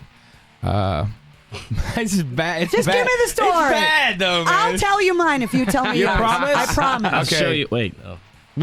Not show. Okay, Tell. all right. Smart ass. I went to. I snuck out of my house to see this girl that I was seeing at the time. Was her name Kathy? No, her name was Tara. All right. And she I think that, remember that song by that R&B group way back in the day? Like, it was called, I don't know, what was the song? Freak Me Baby or something? That was going. I remember hearing that distinctly in the background. Rock Me Baby? No, it's Freak Me Baby? Yeah, I mean, I totally wasn't. It was just listening to on in Metallica, the background. It was on in the background. The girl was like she was into R&B and hip hop and stuff like that. So I mean, that was in the background. But yeah, I was in a dirty house somewhere in a bed. That's what I remember. Listening to Freak Me Baby. Yeah, listening to that. Yeah. That's not that bad. I was expecting way worse. How romantic. All right, what about you guys? Come on out with it. I was at a house party, like 30 friends, 8th grade. Ride the Lightning, Metallica. Nice. Oh yeah, Sarah Beth. That's how we do it now. Was she riding? Oh wait. Oh no. Sorry. She was riding the Was she lightning. riding the lightning? all She right. was definitely riding the lightning for a good 10 seconds. That's right. What about One you? strike, one kill. I think it was an old rusted out Chevette that didn't even have a stereo, so there was no music. No happening. music at all? No. You gotta do it in a car first, man. You're young. You know? I was in my own bed. Really? But this is the kicker. Are you Here ready we go. for Let's this? hear it. Let's go. Oh God. I was dressed up like Elvira at the time. Oh, Nice. hell. Halloween party. It was Halloween party? Yeah. How old were you? 16. Nice, my love. Good. I'm not named. I was no. 15. I'm not named Kathy. I'm no whore. Oh, come on. Don't be like that. All right, so we got to get to the contest because you got the iPod. You got a $100 gift certificate to iTunes because the song Simple Man started here in the studio, and now you guys are going to put it up for sale on Napster and on iTunes within the next week. Right. True story. So what we did was we went to Ben, our web guy, and found out exactly how many times people have listened to Simple Man on WAAF.com. And for the people that have called, you're way off. Yeah. Yes. Now, you need to guys- multiply. It's gonna blow your mind. You guys, It just blew ours. We can't believe it. We can't. We were like, what? you guys thought that it was like a certain number, and it's way more than what you guys thought it I was. had a heart attack when you said it. I was like, oh my, I can't. That's good. I can't believe that. So That's amazing. Since when? What was the date on that? January 20th. Wow. Okay. That's incredible. That's what I mean. Yeah, everybody, like 2 months, Everybody that's barely. listening, it's a lot more than you would think. We were really 7 shocked. weeks. Yeah, we're really shocked. All right, so we need people to guess 617-931-1AAF. You got to come closest without going over, and we'll hook you up with the iPod. We'll give you a hint. If you're guessing like in the 20, No hints. gotta give him a hint. No hints. You No. get nothing. You'll get nothing and like it. You're too nice. Just faulting. This guy's too nice. It's a bigger number than you're thinking. Yeah, Yeah, I tell you that's what, all you whatever the need. number That's you're. all you Okay, need. let me do this at least. No. Whatever the number. Shut Whatever up. the Turn his number- mic off. No, whatever the Turn number his is, freaking mic off. Whatever number you think it is, move the comma. Move the comma. That's all I'm gonna tell you. All Just right. move the comma. Now, Somebody put something in his mouth. Now, My if you zip is guys- stuck. now, if you guys were going to get a brand new iPod and a gift certificate, this would be one of the songs that you would want to make sure that you had in your iPod, right? Absolutely. Oh yeah. All right, because I told you guys that if you came in, you could play some Skynyrd, and this is the song that you guys picked out because it's along the same vein as 45. You know it is. All right, What so did you pick? Jason picked Saturday it. Night Special. Oh Lord, go ahead, boy. all right, there we go. A little Skynyrd. Get the phones ringing. We want to give this iPod Turn it away. up, boys. Ladies, go on down to Southtown, Here boy. you come, boy. If it rocks, it's on a 7.3 WAAF. Nice selection on the Skynyrd. I got to congratulate the Shinedown guys who. That's a good one. Oh yeah. I love that tune. When was that done? That's probably like 75, something like that. Like that. Not even a shoot yourself. Hell yeah. All right, well, Shinedown's here. Sold out show tonight at the Paradise. You guys are going to go on between 9 and 10 o'clock. You brought an iPod. We're Yes, trying we to did. give it away. And you guys, man. We're gonna go to the Way phone. We want you to guess exactly how many times your version of Simple Man has been downloaded on WAAF.com. Hey, Is it 123,000? no, but you're getting close. Okay, thank you. All right, AAF. Hello, Hi, I'd like to take a guess. go for it. 5,000. No, move the comma. What? A few times.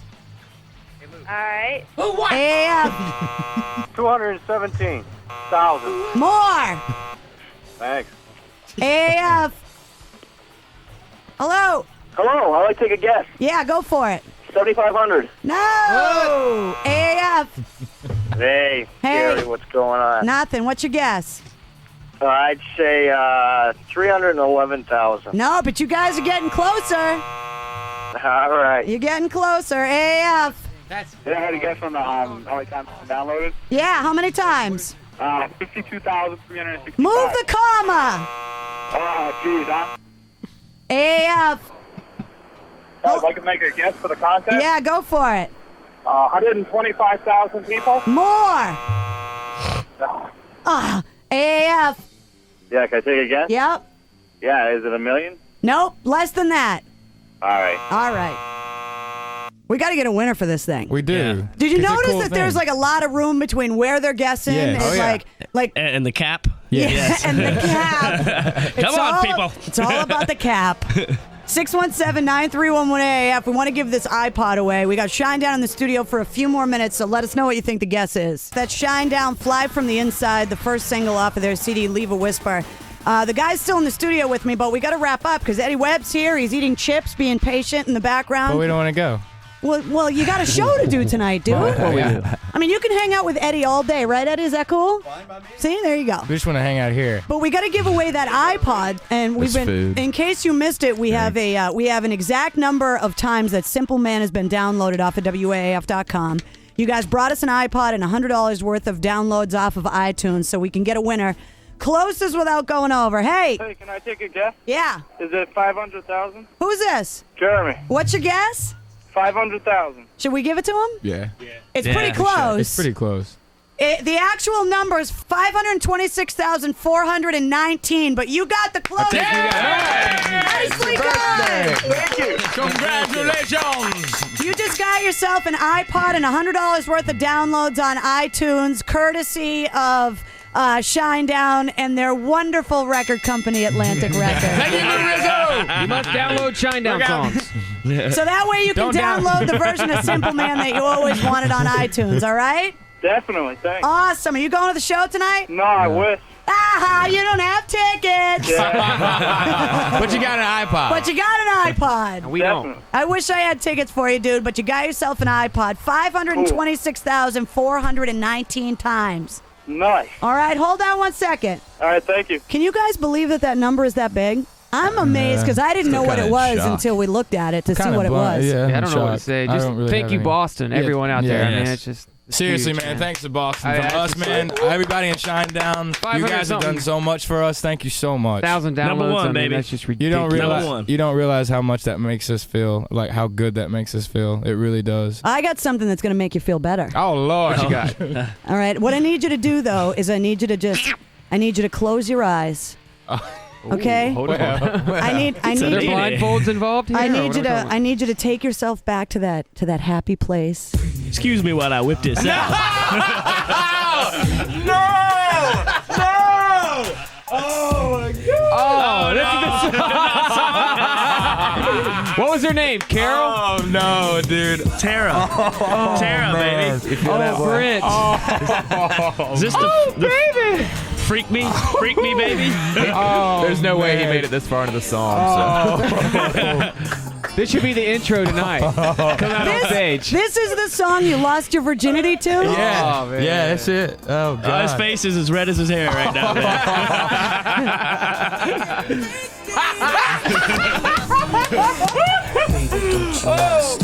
Oh yeah, I man. wanna touch you, baby. Oh, You gotta have the narrative voice, Yeah. you know? Oh man. Barry, you gotta do it. You got the voice, Barry.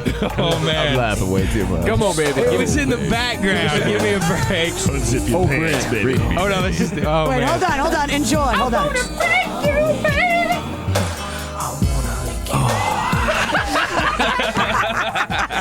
Do you even know who the artist is? I think it was.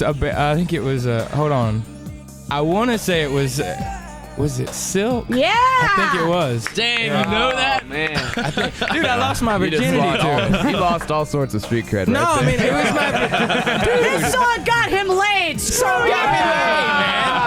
man. Come on, dude. I mean, it was the song I lost my virginity to. I'd hate to see the chick. Sorry. Oh man. If you can see Carrie right now, she's getting the groove on. Lord. Oh, yeah. Lord, girl. Come on. Where's Come on. Barry White?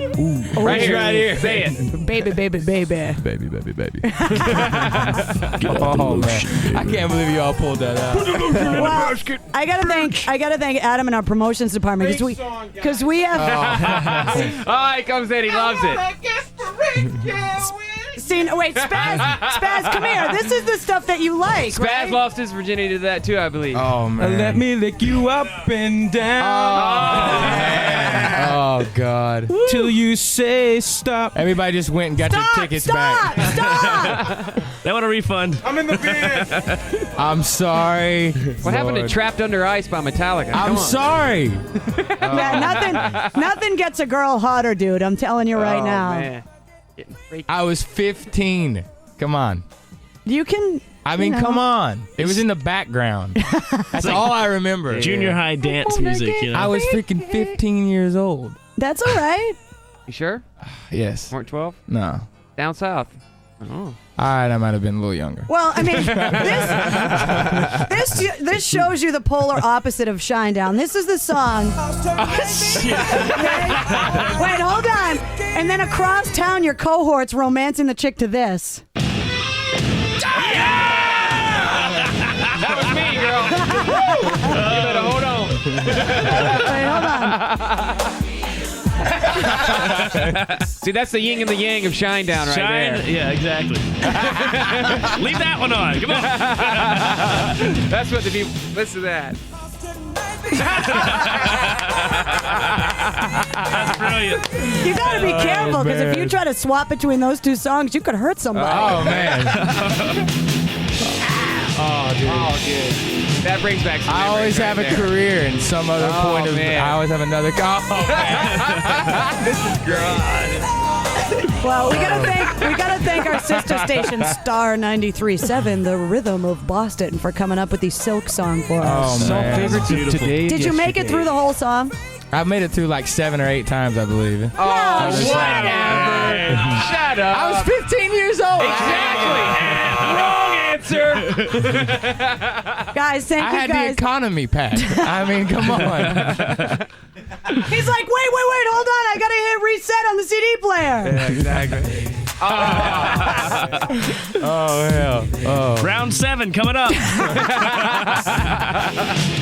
Oh, there we go. Nice. Flash before my eyes, baby. Dude, that's all right, guys. I thank you guys so much I for was coming licking up people today. up and down, and Thank Jason you, was Boston. riding lightning. That's it. That's the way it is. That's how I do it. You guys are welcome here anytime. Thank No, you. thank you you. guys are. Thank you. We'll be You back guys next are week. so genuine, and you guys are so Really, cool. straight and up it's- from everybody in this band, you guys mean the absolute world We're to not us. blowing Really. smoke We're either, not, man. man. This is it. We You gotta guys thank did Tantric, so too, much. for bringing us back. Yeah, Yeah. Tantric. We're going awesome, to man. bowl with those guys later. Really? We gave away They're a bunch all of into tickets to the bowling. show, and we're taking them bowling down at King's tonight. It's going to They're be good pretty guys. interesting. Are they going to be ripped by the time Okay, guys. tonight happens? Yeah, we're going to get them wasted. Yeah. We can't watch take. out for that Hugo guy. He likes tequila. Yes. Yeah, but his mom's going to be at the show tonight, not so I afraid don't to think he's share. going to be His mom ripping- likes tequila. Yeah, She does? I think so. We met her mom. Wait, how do you know? Were you playing this song hold on. for her? Bring it, girl. It came out of her nipple. Just kidding. Here goes mom. Just kidding. Yeah, they're all from here. The whole I Portuguese know. family wants to kill you now. No, Just we would. play them this. They can't be mad. We love them. We're just We kidding. love 'em. No. Oh, man. Get your swerve on. No, but straight up, man, we got to thank Tantric for bringing us out and letting us great do this guy. run. We would have with been him. back here. Yeah. God knows when we would have been back. Yeah. But, We really, those guys mean a lot to us. I mean, Yeah, and they're really sweet guys, they're and awesome, they man. speak very highly of you They do guys. great. They're great guys. What And about get- you guys doing a big jam together at the end?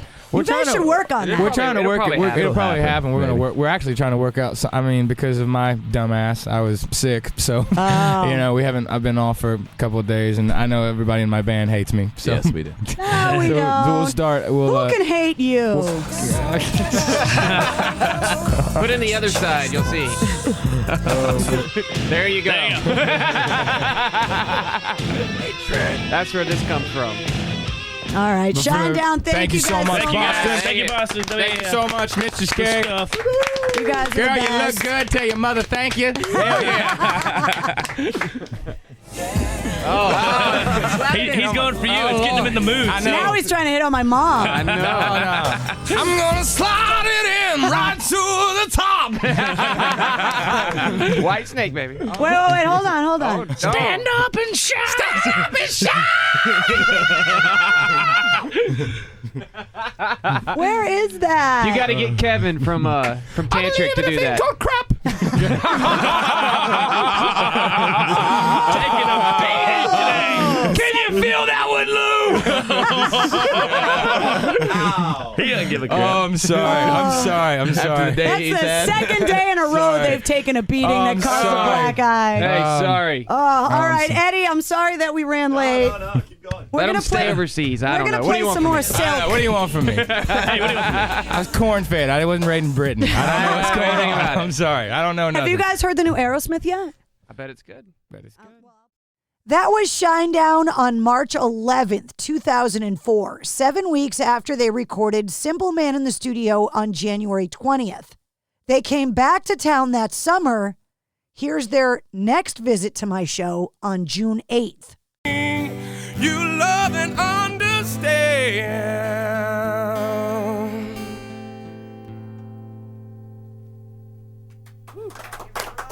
If it rocks, it's 107.3 WAAF. I love that version of that song still, guys. Cool. So do we. Thank you very much. So it started it all. Now, we need to talk about that. Shinedown here in the studio. They're headlining down at the Middle East tonight. The web guys are here. They're eating lunch right now. But just to be able, do you guys remember how many times the last time you were here, how many times that got hit on the website? 26,074, 3. What was it? 500. 26,419. Yeah. 419, that's it. Lou Rizzo, everyone. The record rep is earning his paycheck. You remember the number. So tell me the story of what happened, because the last time you were here, everybody was requesting the song, and it was kind of like, oh, we love the Shinedown Simple Man version.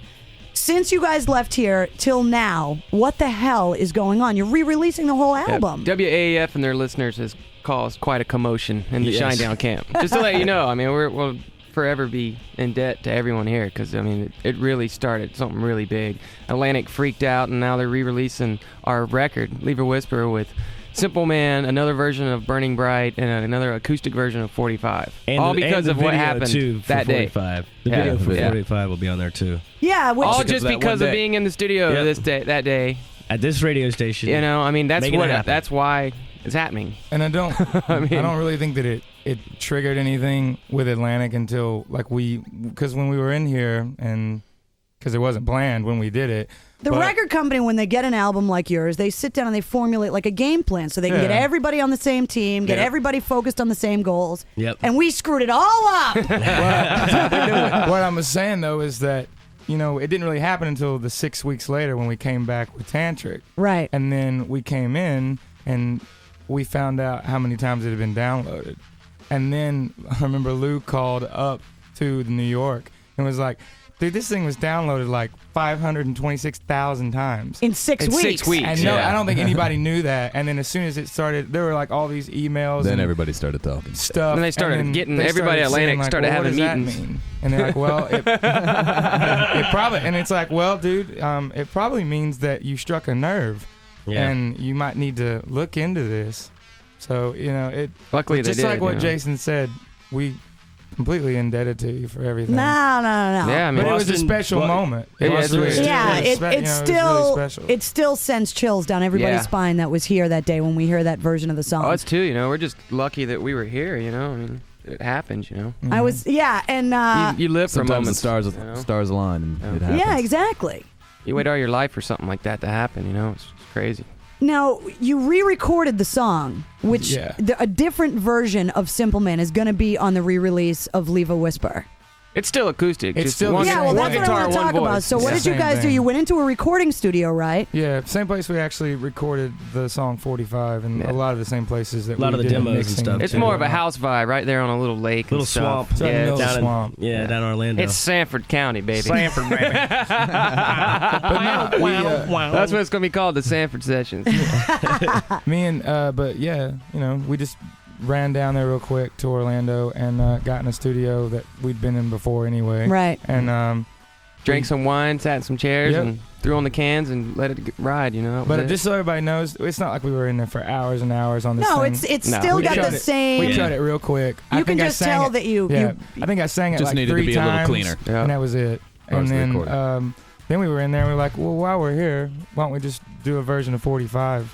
And we did that. And then there's another studio version of Burning Bright that we felt like, you know, should go on there while we were doing it. So we put that on. Well, if you're going to reprint the album, you might as well throw a bunch of stuff on there. We put 4 things on there. You know, we put The Simple Man, we put 45 and Burning Bright, and then we put the video in. Because when you came in and did Simple Man, you were sick. And you were nursing your voice, and you're like, I can't sing today, and, you know, maybe I shouldn't sing at all. And Tissue. It wasn't. I don't know. You know what? Vagisil. It really didn't have. Price check on VegaClean. It really didn't have anything to do with that. It was just, you don't just wake up in the morning and say, you know what, I think I'll decide today to I don't know, I'll sing a Skynyrd song. You don't just wake up and say, I think I'll sing a Skynyrd song. Right. So on the air for thousands. I'm not going to lie to you, I was scared as hell. He didn't know if he knew all the words right. I didn't know if I knew all the words. What's the feedback from the Skynyrd camp now that you guys are releasing the song on the album? You got the thumbs up, everybody's Thumbs up. happy about it, everything's cool? They love it. Oh yeah. They know it's out of respect, not just because we want to do a Skynyrd song. It's a Jacksonville thing. They're from there too. You know, so you're paying it's all homage. Yeah, it's all family. You know, is that French? That's how it is. I'm trying to be French. That's all I got. Wicked homage.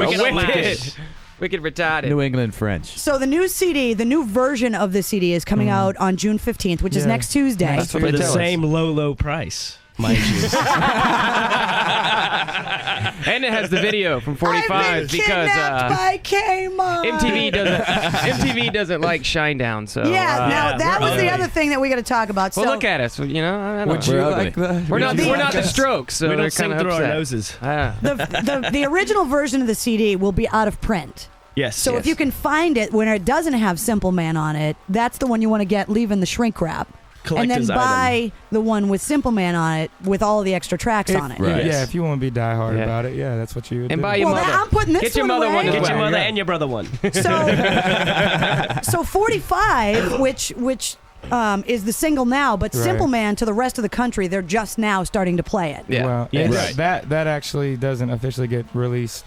Simple Man doesn't even actually get released to radio nationally until next week on the 15th, and we've already gotten in them.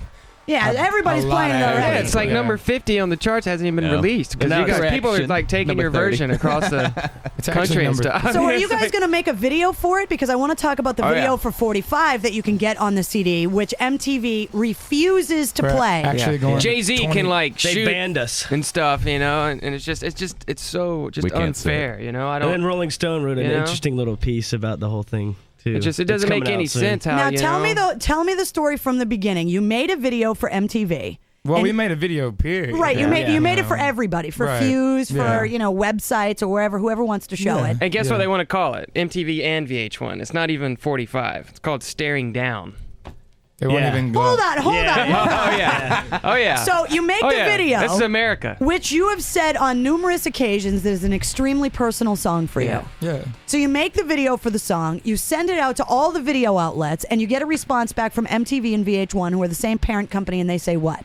They said, and I'm blanking down the of a blanky blank. That's how they want to edit the song. That's it. So you didn't have like naked girls, you didn't have like drugs or anything that is. We didn't slit anyone's wrist and lay in a tub like Britney. Just she slits her wrist in that video and it's like laying there in the we tub. didn't shoot anybody like Jay-Z. There's no gangsta stuff, you know. No bling bling. A lot of these corporations really don't believe that bands that have integrity are really going to kind of follow through with their art.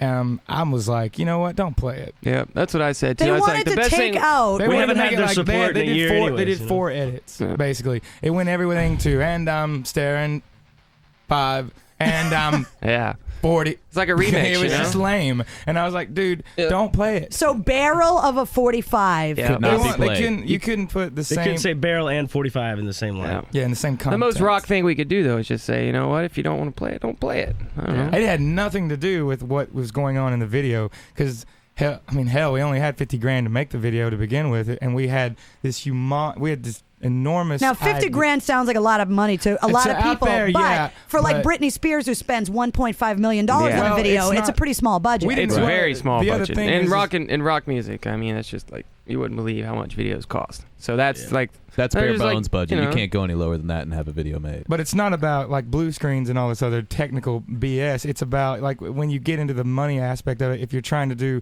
a really original video or whatnot, if you got to hire extras and everything else, and film costs a lot of money. So I mean, just to have it developed. Yeah. We were excited because when we shot the video, we were like, God, all these people are here for us, because it was a lot. I mean, there's it's like a big production crew trucks and lighting and everything, Catering. catering. Did you guys walk in like you were on making the video, and you're like, "Where's my coffee, bitch?" That's right. It was a Shinedown show, so it was definitely Sanford and Son. No, there's like chicks making smoothies and stuff. We're like, whoa, we got smoothie chicks. I know. I'm trying to figure out where would they spend the $1 million at. I mean, all this stuff, even with $50 grand. It's kind of funny that because make any sense. I thought that because we've met a lot of we've met a majority of the people in the industry, and they have always told us about what it's going to be like when you make your video, and I'm like, it can't be like that. And then it was absolutely like that, because Brad Arnold from 3 Doors Down, he told us all, he was like, first time you do a video, just like what Brad said a minute ago, he was like, all these people are here for us, and then the next time you make a video, you'll be like, damn, they taking all the money for all this.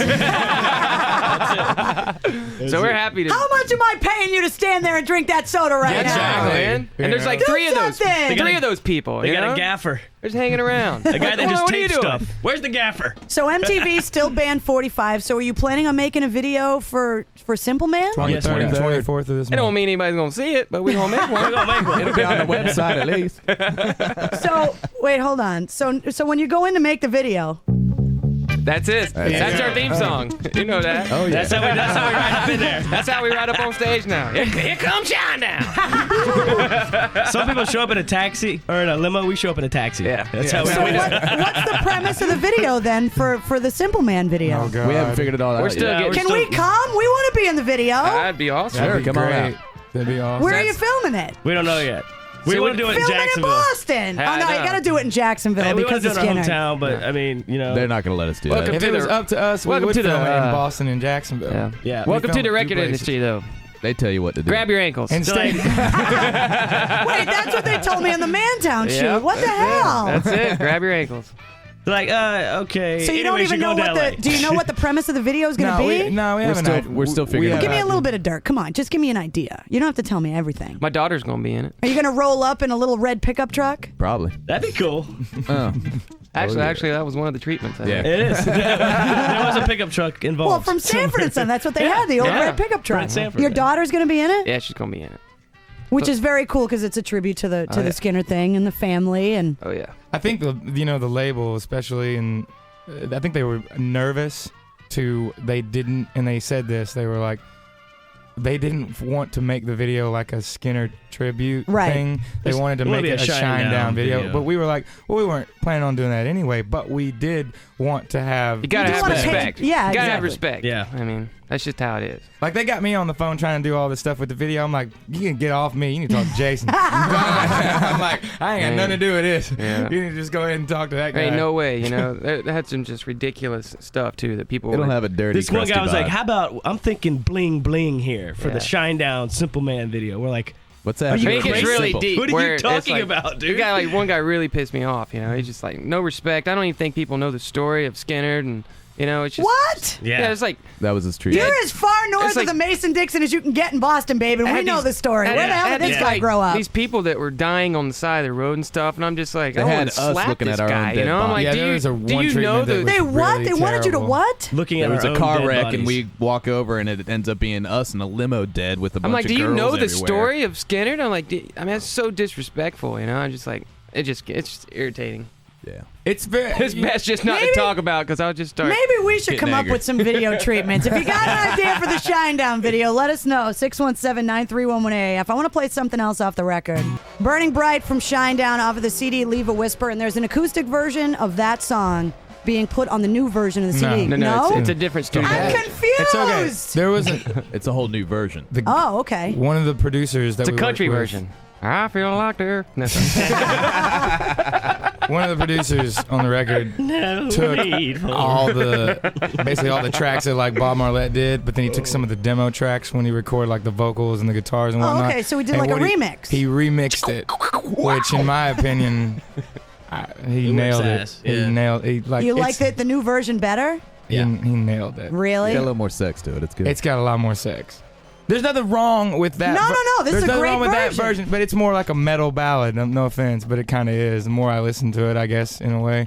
But This other version's more of a rock. It's kinda more rock hard and sound rock soul. I think the actual essence of the song got You guys didn't bring a copy of this new version with you, did you? No. You don't have it? I don't- What's up with that? I don't even know if we have a copy of it. You know, me tell you the honest truth. I've not even heard the masters of the Simple Man or the 45 Yeah, or we don't know what's that. going on. So next Tuesday, I'm gonna go to a record store and buy it because I haven't even heard it. We're the last ones to hear anything. Yeah, I mean, it's always like that, you know. It's just the strangest thing. We're out here We gotta put out a busting new our ass record, every but day, you you ain't know. hearing So it. we don't get to hear anything, you know. I need to talk to you about your road rash, dude. We need to Yeah. have a conversation because you're all scarred up right now. That was 3 days off. We Called finally wear a got shirt. 3 days off, and I was at my you house went home hanging out with my little girl. The sun was out. It was just way too nice of a day. like So- today. Yeah. So I just jump on my dirt bike, go around the corner. Next thing you know, I'm not gonna cuss. No, don't. This dog just kind What of kind of a dog was it? a little not like it UPF looks like a dog. squirrel. You know, it's not even a dog. Little rat. So instead of killing the little thing, I just You swerved to avoid. Dirt bike meaning motorcycle, yeah, of course. over the handlebars, full just.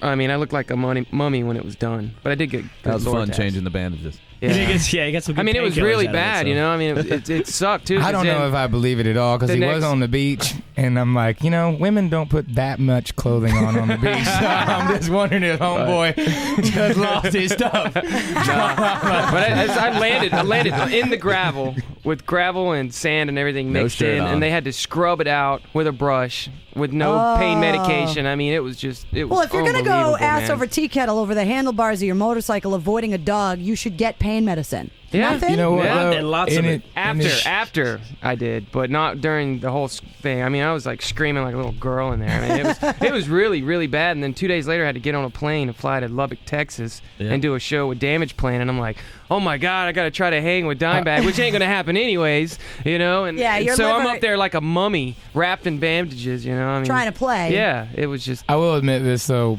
I felt really proud to be in a band with him because, dude, he didn't have to come. He was messed up. He really was messed up. And you still he played the still show. did it. Oh yeah, I'm Thank not God like for that. painkillers. Were you wearing a helmet? No. You weren't wearing a helmet either? The doctors told him not to come. They were like, Yeah. you They really had like don't need 2 to. weeks off, and you know, I No just, helmet, no shirt. so I had lots of medicine. So needless to say, I've You been. were motorcycle riding redneck style. That's it. Shirt off, everything barefoot. Needless to say, I've been asleep for the last 4 weeks on the bus, in the bunk, passed out on pain pills. Well, That's all good. we got Shinedown in the studio. I'm going to make you guys stay for a couple more minutes, Hey, and then man. I know you got We'll to stay bail all day. You guys are going to have seafood here, right? Mhm. Oh, yeah. We invited you. Well, You said you had to work. I'm on the air till 3, so Well, I you can't are. really Come bail on. off. I mean, I'm hoping a couple people would We can miss me. hijack you. But That's I'm right. also allergic Take you to hostage. seafood, so I can't eat it. Ah. Yeah, I can't eat it. With That's legal no good. seafood in town? Yeah, now imagine being Italian, growing up in New England, and not being Italian. able to eat That's just seafood. not right. No, that ain't I know. right. That That's ain't not right. good. I know. So before I let you guys go, have your clam chowder. Shout out. Chowder. Okay, you all. Okay, you all, especially those of you in the jury. The what? The Simpsons. That's from The Simpsons. Sorry. Go ahead, do it again. What's the mayor's name? The mayor. Mayor Quimby. Mayor Quimby. That's it. He's got Chowder. a New England accent. Chowder. I'll kill you all. Shinedown is in the studio. We'll be back. That's the in-studio acoustic version of Shinedown's 45. I was trying to figure out who that was singing. He must not have been drinking that day. Oh, you're getting a lot of help from these Get it all guys. day. Now, Your what, friend with the red hair? now what's amazing? He's a little drunk. Who said that? So is Minneapolis. We're in Minneapolis. We get in. Tell the story, right? It's very nice We flew to Latino. Minneapolis and Bring it. Go ahead. there was like a shuttle driver. There's these two like Mexican shuttle drivers taking us back and forth, to the mall and stuff. So we go and Brent gets his own room and he's off by himself. We don't know what he's doing. That's dangerous every time that happens. yeah, that's a bad thing. So then we go. He won't even look at me right now. He's like looking at the ceiling. We come back from the mall and the guy that picks us up, he's like, have you heard from your friend? The one with the red hair? He goes, he's a little drunk. Next thing you know, he tells us that Brent is like calling, screaming at him, going, "Where's Hector? I need him to pick me up." And the guy's like, "Hector went home early or whatever." Hector already went Hector, home. he go home around 6. so then, the next thing you know, he's like, "Your friend, he jumped on the counter," and he started screaming at the lady at the front desk. And then he's like, so I tell the manager, I say, "Hey, He is a nice guy. Don't take him to jail. He's okay. He's so okay. the manager's He is a good banging. guy. He's a good guy. So then they're banging on Brent's hotel room, going, "You gotta go," trying to take him to jail and stuff. The tour manager, he had to. I was like passed out. What on the were bed. you drinking? He drinks Jim Beam. I drink whiskey. Oh boy, it's bad. bad. It's bad. He can't drink it though. So That's the how. problem. But that's how I wrote all the lyrics to the record. I just get ripped and go back into. I gotta go away to that place. I gotta go he gets away. ripped and depressed. And, I drink and get real messed up and go back to my life and everything I've been through. I know that's a really messed up way to live, but that's the only way. But without booze and women being bitches, rock and roll wouldn't exist. Pretty much. If you don't like it, go home. So can you believe that version of 45 you recorded Man. in April of 2003? God, it sounds dang. really strong too, man. Wow, that's weird. How long ago was that? That's like It's like a year and 2 months, a year and 3 months, That's something like that. crazy, man. It's like we haven't 14 been home since then. That's the weird thing. We just, Seriously? Yeah, man. We'll Well, go you were for home long enough to crash your motorcycle. That was 3 days. we're getting 3 days. we're getting like a couple of weeks off in October. Wow, weeks off in October. A couple weeks off So in what's October. that? July, August, September, 4 months from now? Well, yeah, in like 2 weeks and a whole year. That's awesome. You know what they're letting us off for? I finally they're giving me a chance to get married finally after 6 years. And You're getting married? I am. Because you can finally take time off to get married? No, we're taking time off. There's no questions about it. Now, so. where are you going to get married? And in Jacksonville. You're just going to do it at home, Yep. small thing? Yeah, so He's they're gonna giving me be- 3 Ain't gonna be a weeks small off for thing. that. It's gonna be a finally. party. Yeah. Oh Lord. Oh yeah. So who knows? You should try to come. Yeah, you I'll should come. I'll invite you. We got to try to get Zach to come and all Oh the guys my from Three Doors God. Down. I mean, it's gonna. Maybe we'll get Eddie Van Halen to come. All the Skynyrd guys. Hey, why not? Just call them up. Yeah, we're gonna have a party. It's gonna be ridiculous. It's gonna be. That's gonna be a good time. So how long have you been engaged? How long has this engagement gone that you finally get to We've get been together married? for like 6 years, and I think we've been engaged for like 2 years. 2 years. How did you 3 propose? years. 3 years on the beach. Didn't you? Oh. Didn't you? When did you propose? Is it It romantic? was 2 years ago. Like 2 years ago? Was it like 2 years ago? I think it was don't 2 know. years What do you ago. want from me? The best story I ever heard about a rock and roll proposal was Corey from Slipknot, Oh. who put the diamond ring on the driver's seat of his girlfriend's brand new car, and then he smashed her window and went running inside and said, "Holy F, somebody broke into your car," and she ran out screaming and yelling, and the diamond ring was on her chair. Oh, that's cool. That's badass. And then you're like, Oh, thanks he'd for get away with smashing my that. window. Yeah, now fix my a-hole." window. Yeah, right.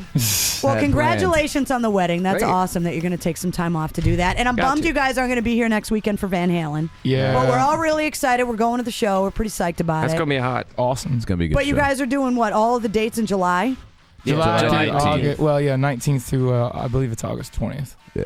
All right. And then. We and- got to, man. You got to come to. What? We're going to Vegas for 2 2 days. days in We're Vegas. like, bro, When are you going to Vegas? We're With doing Van 2 Halen, days 2 in days. Mandalay Bay. When? It's like August 7th and 7th or something. I'm tripped out about I'll that take one. the day off. I'm Yeah, coming to man. Vegas. Oh, you got I'm to. coming. I don't care. I You want to got go. to. That's gonna be a Lord, party. that's gonna be crazy. That's- I want to go, Mandalay damn Bay. it. Oh, Lord. Nice. Vegas on my birthday. It's gonna be good. Well, guys, thank you guys so much for coming in. The show, Shinedown tonight at the Middle East. You guys go on about 10:30, something like that? Yeah. Something like that. So you want to make sure you get there early to check out all the other bands, but you want to get there early enough to be able to see you guys. And you know I always do this because I have to. You rule. Yeah. Thank you for Stop. everything you've done. Thank you to Thank you, everybody out guys. there, everybody listening too, man, for making all this happen. Boston for us, is still our number one Yes. place. Yeah. As far Yeah, you guys have definitely. sold more albums here than anywhere else in the country. Yeah. right? That's it. by Who like would a have long ever, shot. who would have By ever far. thought a bunch of Southern boys come up to Well, Beantown? what and the they hell's sell- up with Jacksonville?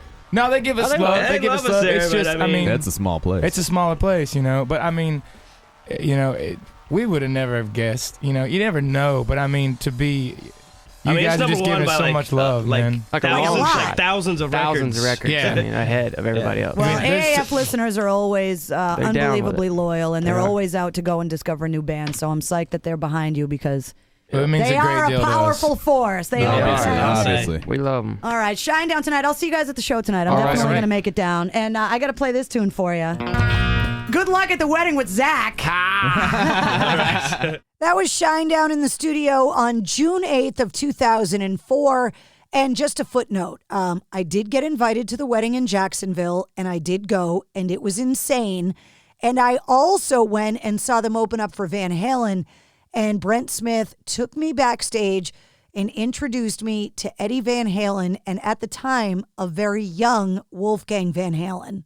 And after that, you know what happened. Over 20 years later and 23 #1 songs and so much more to go. Check the show notes of this episode to find Brent Smith's other appearances on the Mistress Carrie podcast. He was my guest on the very first episode, episode 1, and on episode 65.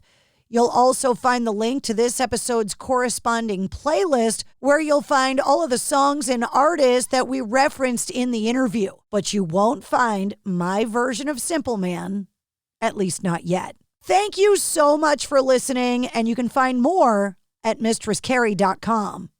To celebrate joining Pantheon Podcasts, Rock Camp, the podcast, the official podcast of Rock and Roll Fantasy Camp, is giving away a guitar signed by Mike Portnoy of Dream Theater, Marty Friedman, formerly of Megadeth, and legendary shredder Zakk Wylde, plus our rockstar counselors like Vinny Appice, Monty Pittman, and more. To enter to win, simply follow, rate, and review our podcast on your preferred platform, and that's all you have to do. For more information, go to rockcamp.com/podcast.